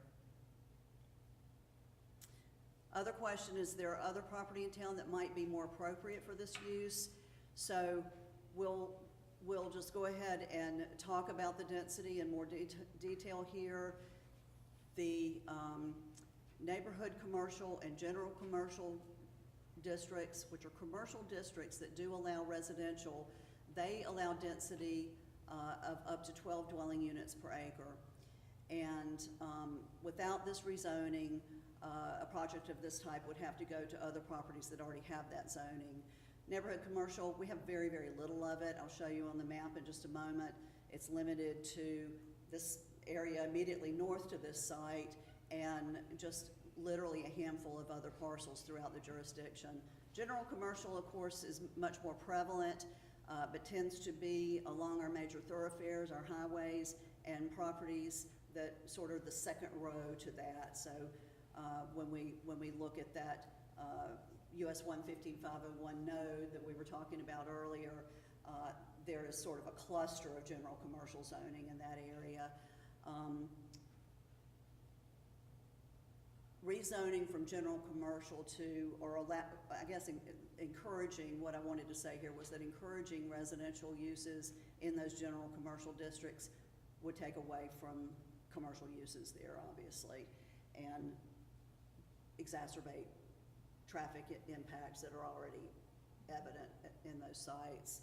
So I think I might pull out of this and just see if I can zoom in a little bit. You'd asked a little bit earlier, Commissioner Beavers, about the general commercial. So our site is right, once again, you can't see it. Yeah, we can see the mouse just. Oh, you can see it this Yeah. time. So our site is right here. All of this dark blue is what's zoned general commercial. And again, you see it 15501 south, a little bit on 211, but most of it is here along the US 1 corridor, and then north, this large cluster. This would be up where the Harris Teeter and Dick's Shopping Center is, and other properties nearby. The neighborhood commercial, as I said, you can barely see this little bit of pink that's right here, just north of the property. And then there's a handful of properties at Sandpit and 5. I don't think that's it right there. Sandpit and 5, right here. And then one very oddly placed parcel here, and that's what we have for neighborhood commercial. So, in other words, the point being is, if the 12 dwelling units per acre density is something that you would approve of, there are very few areas in town where you can put that. And just keep in mind that a lot of this dark blue general commercial is already built on property. Okay, next question is the request in accordance with Aberdeen Land Use Plan. We just went over that in a little more detail as far as the goals, objectives, and strategies. will say that, looks like we have, depending on how you calculate it, the site as a whole, 7.24 acres, you have density of 10.49 dwelling units per acre. This would allow up to 12, the neighborhood commercial allows up to 12. Even if you take away the buildings that are gonna remain that won't be residential and the parking that would serve those buildings, you're still looking at under 12 acres, dwelling units per acre at 11.84. You get down to about a little bit less than 6.5 acres there for the calculation. So you're saying it's zone commercial as well as residential at the same time, is that what you're saying? Mm-hmm, mm-hmm. Okay. Yeah, and we allow residential, higher density residential, even in our general commercial district, which was that dark blue that you saw. But for every house or apartment unit that goes in that general commercial district, you're removing land from our potential to have commercial development there, actual commercial retail development there. Want to touch on this last paragraph because I know that you do want to hear what the planning board had to say. They met in June on this. They did make a unanimous recommendation for approval of the request.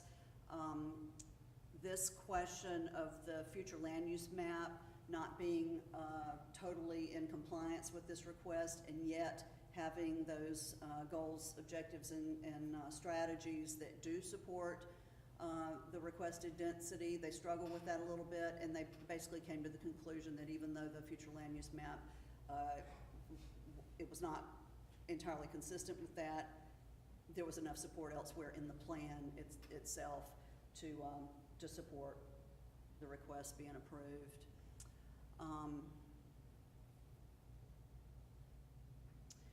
Traffic circulation, parking, sewer and water services, and other utilities. Of course, this is a site that has been developed for many, many years. I looked at the anticipated traffic counts for an elementary school of this size compared to the residential units, and it's almost identical, although the peak hours are a little bit different, obviously.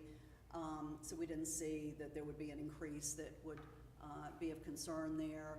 And then this last one, which is would the request lessen the enjoyment or use of adjacent properties? And I'm going to invite the applicant to speak a little bit more about this, but while we recognize that this development pattern is different from the surrounding properties, which are mostly detached or really all detached single family, a little bit of commercial, and at a higher density.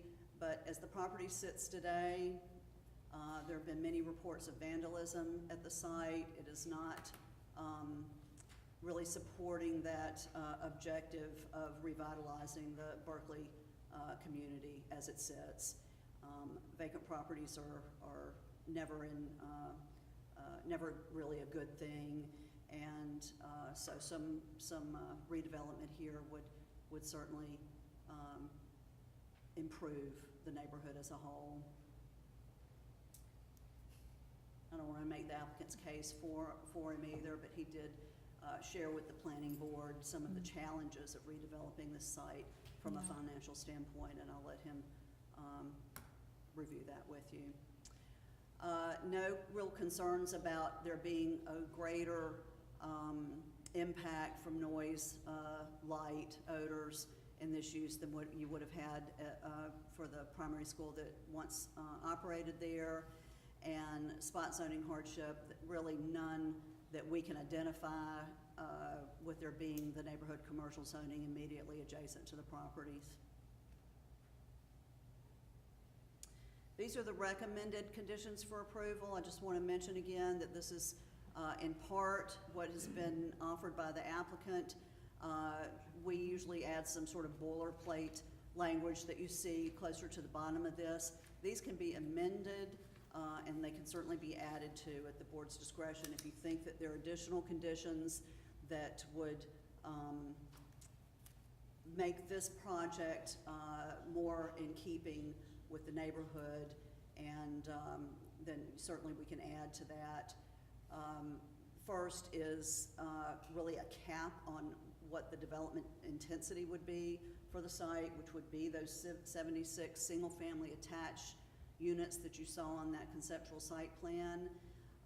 The existing gym and the multipurpose building may be used as public recreational facilities, which is another land use category in our UDO, and those are also allowed in the neighborhood commercial district. And right now, what this states is that no other uses listed in the permitted use table would be allowed as a condition of the rezoning. They are restricting their uses to this attached single-family dwelling and to the public recreational facilities. The fence was a topic of some discussion at the planning board meeting. There is an existing fence there, a chain link fence, that surrounds the site. You can drive onto the property. There are openings on Kaiser Street. But this was an offering by the applicant that there would be a fence and where the general location of that would be, and that there would be some screening of the fence. So we saw this as a positive, but it certainly can be amended at the board's discretion. Want to mention the open space that would be generally consistent with that conceptual site plan that you saw. There will be, when this thing goes to engineering, there will be some changes to that site plan. We don't expect them to be dramatic, and if they are dramatic, they'll need to come back to us. But no matter what happens, there's some topography on the site for one thing, especially back on Debney. But no matter what happens there, the open space would not be reduced to 20% of the total land area, and that a property owners association would be established for the long-term maintenance of that, so the town wouldn't be taking that over.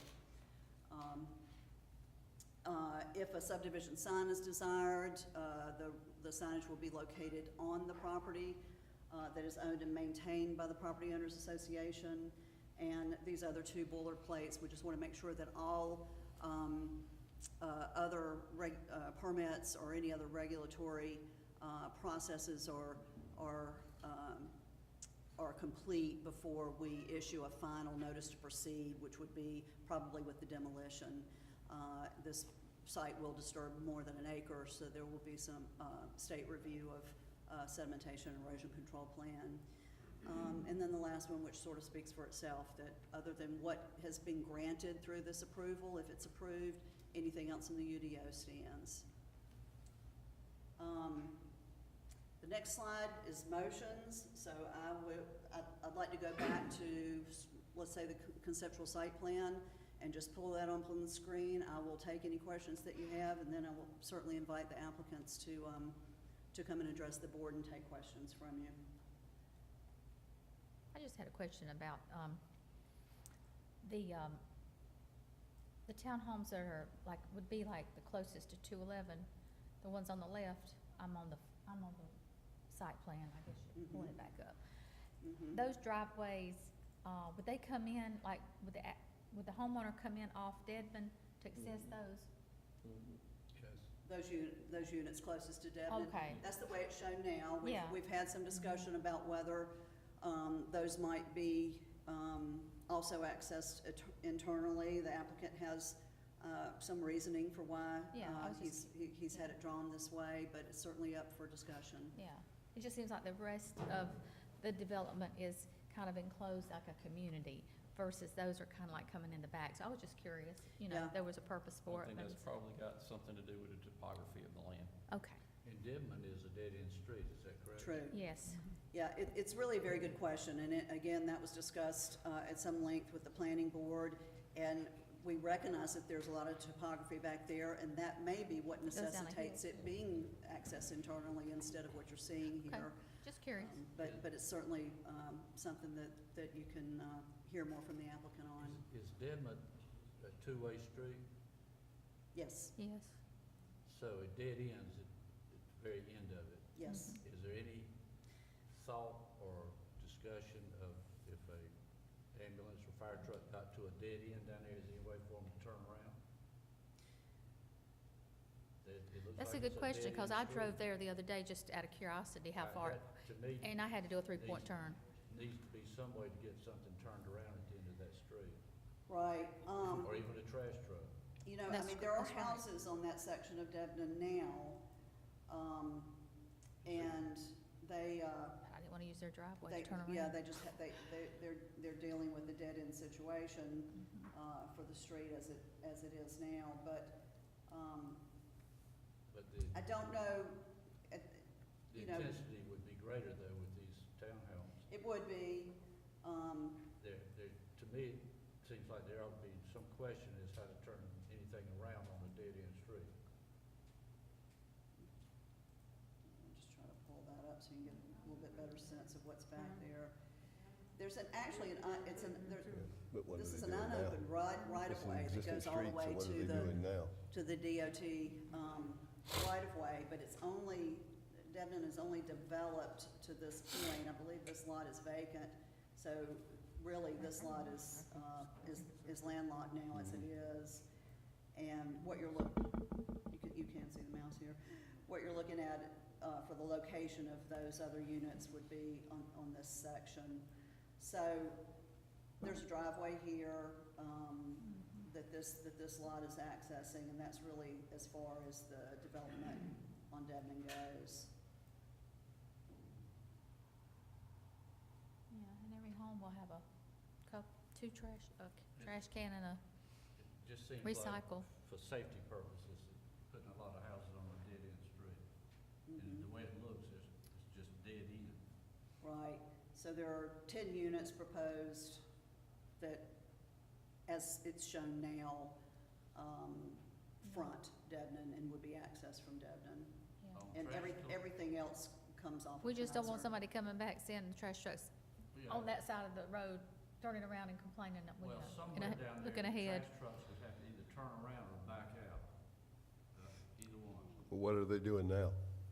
Well, there's only just one or two houses in it. Are they So just the backing out truck now? still gotta drive down there. I don't know if well, but we're talking about, was it 10 units? Yes. That's a good question. Be a lot of trash cans. There's two Yeah. down there. And Yeah. the other part of it is not. But the truck is the same size now as it's gonna be in the Yeah. future, so they're going down there That's a now, good so point, that, that Keeps Commissioner brought Helms, that's a in- good point. A fire truck, more than one fire truck, That's good. is still a dead-end street. It would be a simple fix, I think, just put a roundabout down there Yeah. or something, Yeah. so they can turn around and come back out.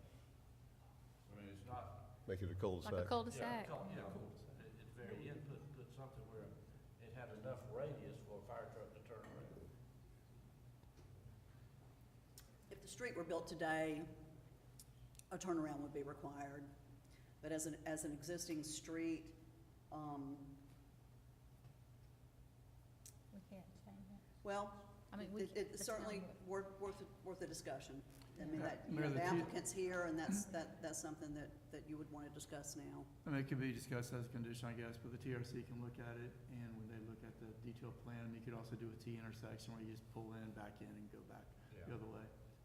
Something. And it could be done as a gravel road or a Yeah. gravel area just to give some turnaround space. Okay. I'm sure Butch can find us some Powellville money to handle that, can he? Yeah, we'll just Yeah. pave a circle down there. Or the developer can do it. All right. Town, yeah. Town can do it. Any more questions? Are you wrapping up? I'm finished unless other questions come up and we can get to the motions, but I certainly invite Mr. Jackson and Mr. Lindsay to address the board.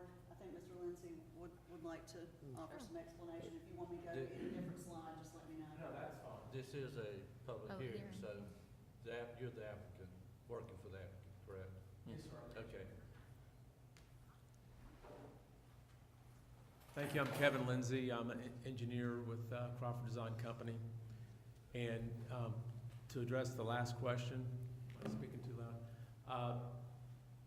Right now, there is like a dirt road that acts as that turnaround at the end of that street. So what I would say is either there's a possibility, and I'll find out, that, I mean, DOT owns all the property to the north of this project. So there is a possibility that DOT could connect Dedman to 11. I don't know the answer to that, but what I would say is that can occur. We can make an approved fire department turnaround, or we can face the units to the inside. Well, And we would just like the flexibility, because until we get into the details of the design, we don't know which of those is the best route. But I would say we can do one of those three things. if you have the power to get that down to 211, have at it, but that doesn't seem, from what we know, it would have to be all the way to their road, and it would have to fit their requirement to get it down to 211. To Well- come in off of 211. Yes. On Google Maps, it appears that it turns into somebody's driveway. It's there. Yes, it's dirt down there, isn't it? Yeah. Yeah, so what I'm saying is so if DOT says, no, we're not gonna make that connection, then we could make an approved fire department turnaround at the end of the street there. Or if we decide that that's cost prohibitive, or there's some other issue regarding the grades or something, we can just face them to the inside, so we don't have to go down. But our thought was, you know, we thought that this would kind of open up that area a little bit, which is probably a good thing for the community to have, you know, traffic on that road. I think there's only three or four houses down there. There's That's not all. much down there. Okay, Yeah. that's the thought. I hadn't thought about that. Also, in any of the new neighborhoods that you can go in that's been built in the last 4 or 5 years, plenty of people are parking on the street. So if that's a 2-lane road that dead ends and you got cars parked on the street, without a turnaround some way down there, We would, got a problem. we would make sure we have that. Yeah. And just in general, you know, we think because this is coming right at 211, we're not gonna have traffic going through a residential neighborhood. And while it is surrounded by residential, the residential is pretty limited, and it is residential that has historically had a school there. Sure. So it's not like you're putting a lot into a neighborhood that hasn't seen traffic before. No, we understand. And we think that I think Pam was alluding to, that being here, there is commercial and a little bit of neighbor commercial around here that would fit nicely with the higher density here. And other than that, we look forward to working on this, and I'm just gonna, unless Ron has anything to add, I'll just answer your questions, the questions you may have. I think making it neighborhood commercial, it kind of lends to the popular concept of live, work, and play in one community, and I think this is a very good addition to the town. I think so too. Yeah. I like to say that I like this concept plan for several reasons. You've got multiple points of entry and exit, so if there is a fire, people can still get in and get out. It looks like you're saving some of the existing vegetation, which I think this board likes as well. And again, I was looking at the topography on GIS, and it does look like that's why you're facing those 10 units. Makes it easier to build them, a little cheaper to build because you are exiting out there. And I agree with you. I think we probably ought to add some type of caveat on the conditions to help you with that road and the turnaround and things like that. We just need to figure out how to word it. If you and Ron would like to work on that, we can add that in there to give you that little bit of flexibility at the end of that road. Okay, my recommendation would be that Let her get it on okay, paper so that we can the all get it worded properly to make sure that we're helping you and not. condition hindering. is that, Edmund, I keep saying the word wrong, Edmund has to be, extended to 211 by DOT, or we have an approved fire department turnaround at the end of that street, or we don't add any more units to that street. And can you also make it no parking on that section of Dedmon? Or just be agreeable, because again, to the mayor's point, let's say you build there and you front that, and you even have a turnaround. If you have 6 cars parked on the side there, nobody's gonna get down there and back. And I think the board would be acceptable to a no parking in that area. No on-street parking. Well, if they make the driveways, That's what I'm saying, no on-street parking. No on-street parking. yeah, if they made the driveways long enough, people Yeah, but shouldn't people are mark still- on the street. They they're still still- do they're it. still gonna We mark. know You have a that, but neighborhood- You have a neighborhood that has the same problem. exactly, they have 5 cars though, and they keep their garage full of All over other town. things. But I think the to the town manager's point, by putting that in the condition, no on-street parking, it gives our law enforcement and firefighters a little more authority to issue tickets, towing, and other things along that lines, just to back it up. Okay. I think it looks good. Yep. It looks like it's gonna be a nice Overall, I like place the to, concept. I actually go to quite a few activities at that gym, and it's gonna be nice to have some nice homes around it versus Yes. just a Absolutely. dilapidated gym that's Sure, Mhm. sure. dilapidated, excuse me, I'm curious dilapidated about something, school. the fence, are you adding that in because it's already there, or is the fence?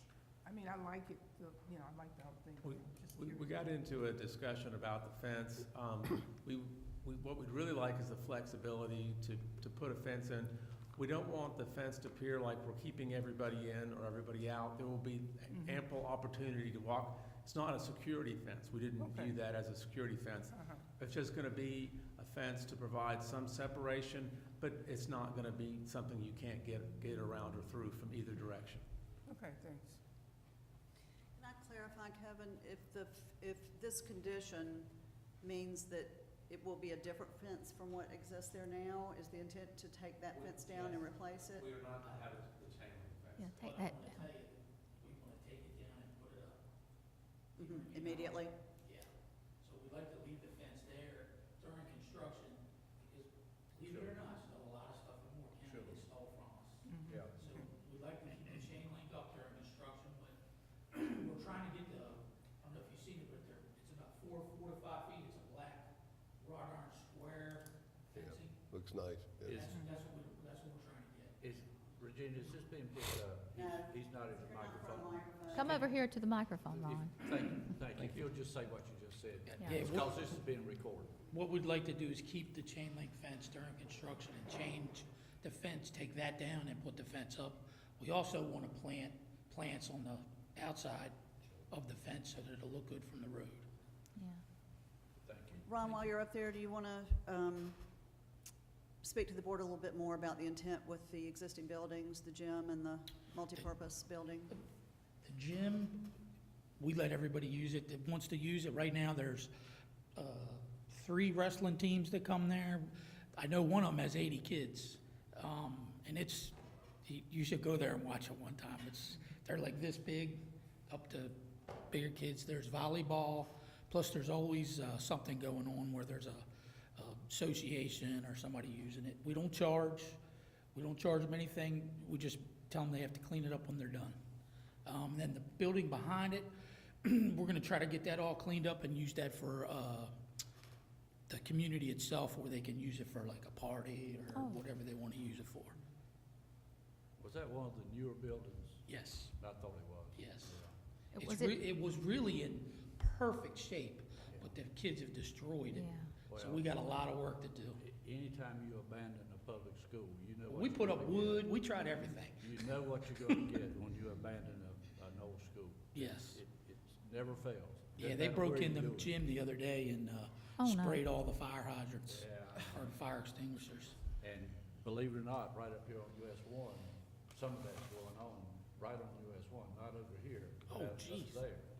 At our You- school. You'd think there's too many eyes up Right, on right. US 1, but they're still up there. Yeah.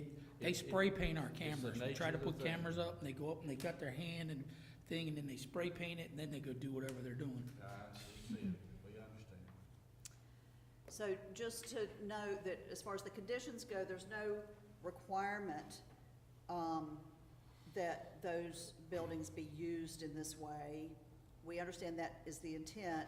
The first condition states that those buildings may be used as public recreational facilities, and it also states that and the residential use are the only uses that would be allowed. So they wouldn't be able to convert those uses to, a convenience store or something like that.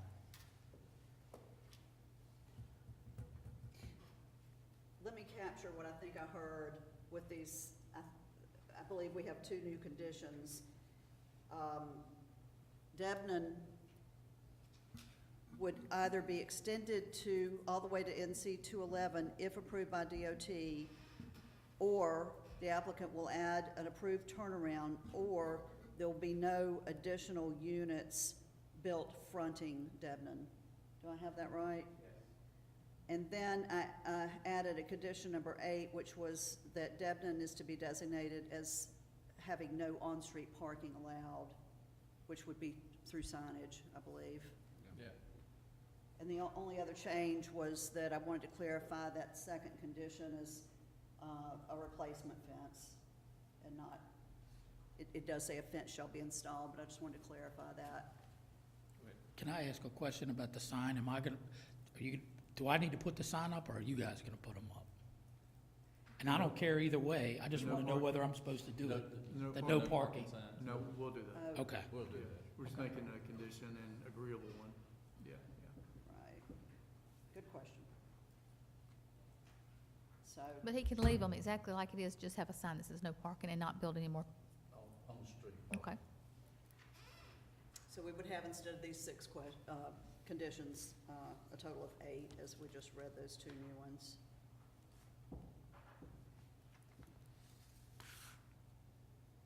Okay. All right.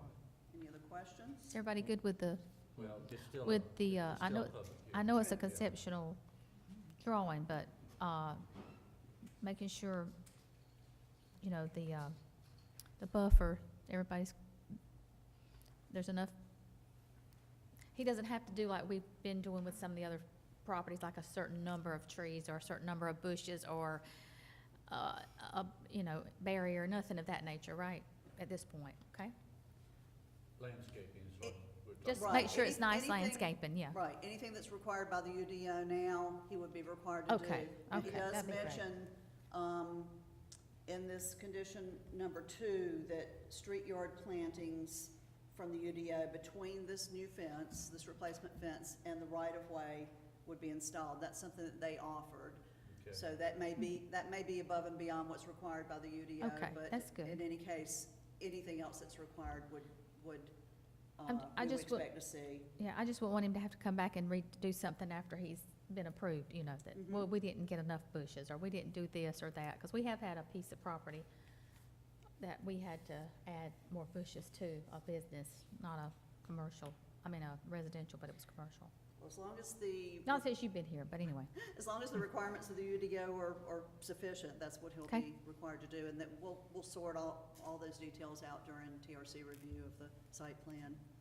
Yeah, and just to be clear, when TRC reviews the site plan, I mean, they're gonna have a much more detailed Okay, plan. that's It's gonna great. have trees and bushes and landscaping and everything on there. I think, Grading. right, grading, so it's gonna be very detailed. We're not Sure. seeing that now, this is just a concept, so everybody's kind of on the same yeah. page. And then when they go through that process, it'll essentially meet that, but there will be a lot, much more detailed landscaping there, and I think we're all on the same page with what that's gonna Good. look like in the, Oh, you just yeah. you can't do that at this stage, it's just too much detail too. But, yeah, I think everybody's on the same page, and we've been through that before, so. Yes. Okay, are we ready for a Anyone motion? else who Well, wishes? this is a public hearing. Still, okay, and still a is there public hearing. anyone in the audience that That's would like right. to speak on this topic? Anyone? Close out the public hearing. And go to number 2, which says, consider if zoning map amendment ZA 2401 is consistent with adopted plans of the town of Aberdeen for the reasons identified in the draft statement of land use plan consistent, consider adoption of the statement. So this motion that's shown at the bottom of the screen summarizes the list of the list that's included in the consistency statement that the planning board recommended you approve. And it speaks to, although the proposal deviates from the future land use map, it is supported by several goals, objectives, and strategies in the plan. Because you have to give a reason with it, correct? Yeah, that is your reason. That is the reason, it's consistent. That's your reason. Being consistent It can is be the any Are we reason. reason making you a want, motion? but that's one Are we making a possibility. motion? What? So are we making a motion? Yeah, Yes, we're doing our motions now. All right, I'll make the motion. The proposed zoning map amendment, ZA-24-01, is consistent with the adopted plans of the town of Aberdeen. The board may determine that the proposal is partially consistent with the comprehensive land development plan with a proposal deviating from the future land use map, but being supported by several goals, objectives, and strategies in the plan. I second it. All right, there was a motion and a second. Any discussion from the board? Anyone? Hearing none, all in favor? Aye. Any opposed? That motion carries. All right. All right. It's been a long time for him, hasn't it? Yeah, motion two. I This- make a, go I'm ahead. sorry, this would be your reasonableness and Do- public interest statement. Do I have to read the whole thing? You can say as stated. You can say as, As stated, or as yeah. published. I'll make a motion number 2 is stated, Yes. that it is reasonable and consistent, public interest. Second it. Second. There's a motion and a second. Discussion. Anyone from the board? Hearing none, all in favor? Aye. Any opposed? That carries. And then all that leading to the final motion for your decision to approve or deny the proposal.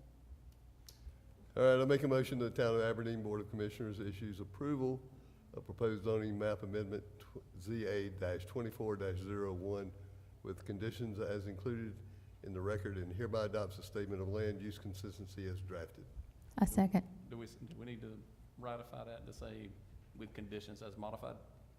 As modified. Yeah, Yes, because because we we did had- modify. Yeah, we had, okay, yeah, it's modified. Okay, thank you. And it was a second. That was, you I second? second it. All right, there was a motion and a second as modified, correct? Yes. Okay. Discussion from the board. Anyone? All in favor? Aye. Any opposed? Motion carries. Thank you Thank very you. much. All right. Where are we, number 8? Does that take care of number 3 as well? It does. Okay, all right. That was We did number 3. All right. So we're, Just want to make sure. Yeah. last one is number 8, is that correct? All right, other business. Anyone? Other business? Pam, Ms. Graham, got one other thing, the other anyone with other business before we leave? I just was gonna say that I attended the grand opening ribbon cutting ceremony for the Imperative Shop down in town on Main Street Saturday. And there was a good turnout, and she and her family, her name's Ashley Villa, she had refreshments, there were people shopping, buying clothes. It was very exciting, and it was very good. So we sure will, and I know we've all been supportive of her, especially you, Mayor. You were out of town, but I she, went by and yeah. apologized that I could not be there for her Yeah. grand opening. So I spoke on behalf of the town. Yeah, I was out of town, so I could not be there, but I did give her the picture she's got hanging on the wall of that block from, it can be dated from 1906 to 1912. It's that 6-year period is when those buildings were built in there. So she's got that in her store. And what is so nice about it, how long was that building closed? It seemed like for a Since life- I've lived here, going seems on like 10 a years, lifetime. yeah. I mean, you can see shoppers walking down the street and they would pull on the door handles. Of course, it was never open. And they say the store beside it is coming soon to Yeah, open. It's very good. It's they're very trying soon to- coming, yeah. They're trying to finish those other 2 buildings. One other thing before we go, I know we've got the adjourn and then go to Sorry. closed session. Was it, Ms. Graham, it was Tuesday, wasn't it? When we- Yes, sir. Yeah, I believe that's correct. If you're not familiar with this word or these letters, it's called RULAC. And RULAC it's not a government agency, but it works very closely with the government. It is a group of people that are trying to protect the boundaries of Fort Bragg and Camp McCall from encroachment. And Ms. Graham and I went down, and that was a trip, trying to get through the gates down there because you just about have to give blood to get on Fort Bragg anymore. So we got down there, and we got there a little bit early, and it was a nice turnout. A number of towns were represented. I know Southern Pines was represented, Pinehurst was represented, and host of others. And they showed us, what they're trying to do is keep developers or anybody from encroaching on the reservation. And so, for both places. But what I brought this up for is at the end, the towns that we pay dues to RULAC, they get 25% of their dues from people that pay their dues, and 75% of it comes from, I think, the federal government. And there we were sitting in a whole room full of people, and the gentleman who's at the microphone said, I would also like to thank the town of Aberdeen for being the first to pay their dues. Paid them early, apparently. Yeah, and the mayor of Pinehurst was sitting beside me, and I went, okay, when are you gonna pay yours? So we got ours in the very first town to pay our dues this year, so I wanted to bring that up. But we learned, I guess we learned some things down there. We did. Okay. And we got lunch, so. Yeah, then so anyway, trying to get on Fort Bragg and back off Fort Bragg can be time consuming. Yes. We had to show we had to be photographed, and then we had to give them our social security number. Just to get. They're not messing around. They were not playing, I can tell you, ma'am. They were not playing down there. So anyway, I just wanted to bring up the fact that Aberdeen and, the pilot reporter was there, so I hope she's remembered that we were the first one to pay our dues. All right, so anybody else with other business? Mr. Mayor, I do have a question. You need to talk to the microphone. Next to It's our- being recorded. Next to our property, my name is Bill Orkey. Our neighbors across the street, but behind them, they are proposing to change their property to a, let me get in here. To rezone from an R20 to a RM6.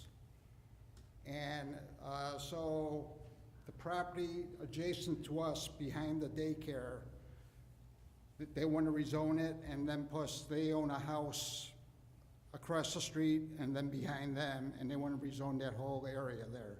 Could you explain that to us, how they're going to change it? Has that been brought to you? I'm not sure which project was. It's off of Johnson Street, like 611 Johnson Street. A rezoning on A Johnson? rezoning, Has it come? and it's, No. it's, It Okay, hasn't so- come to the town yet. So, well, because here they said application was submitted to the town. If I can see what you're Sure. seeing, maybe it'll help me, but it doesn't sound familiar. Thank you.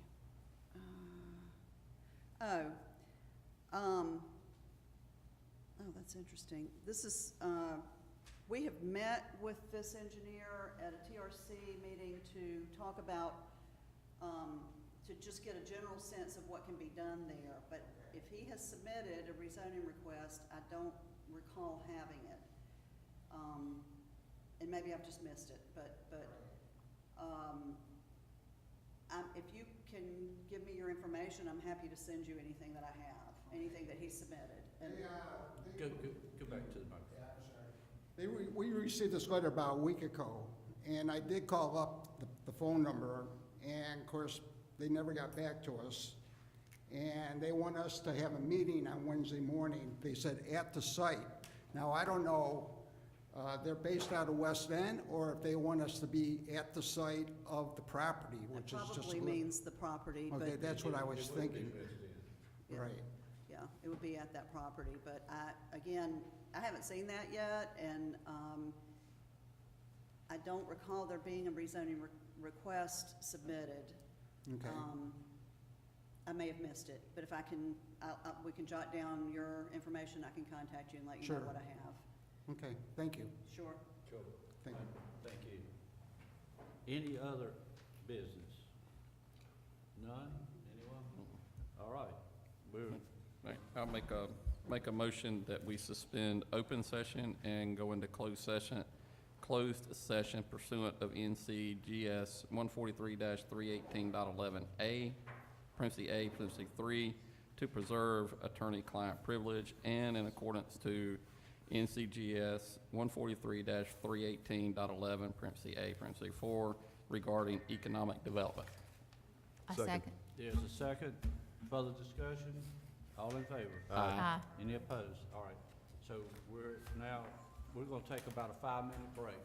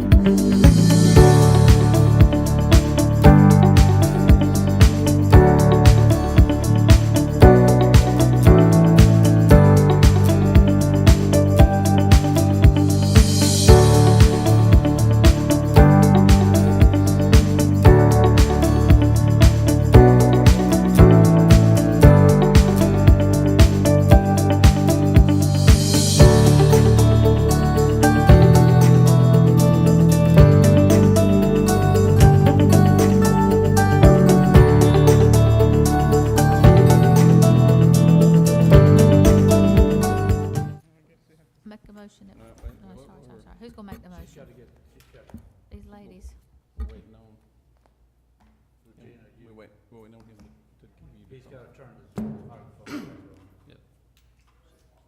He said he's ready. Are you? Okay. He said he's ready. All right. Now, Can I make a motion? yes, ma'am. I'd like to make a motion that we adjourn.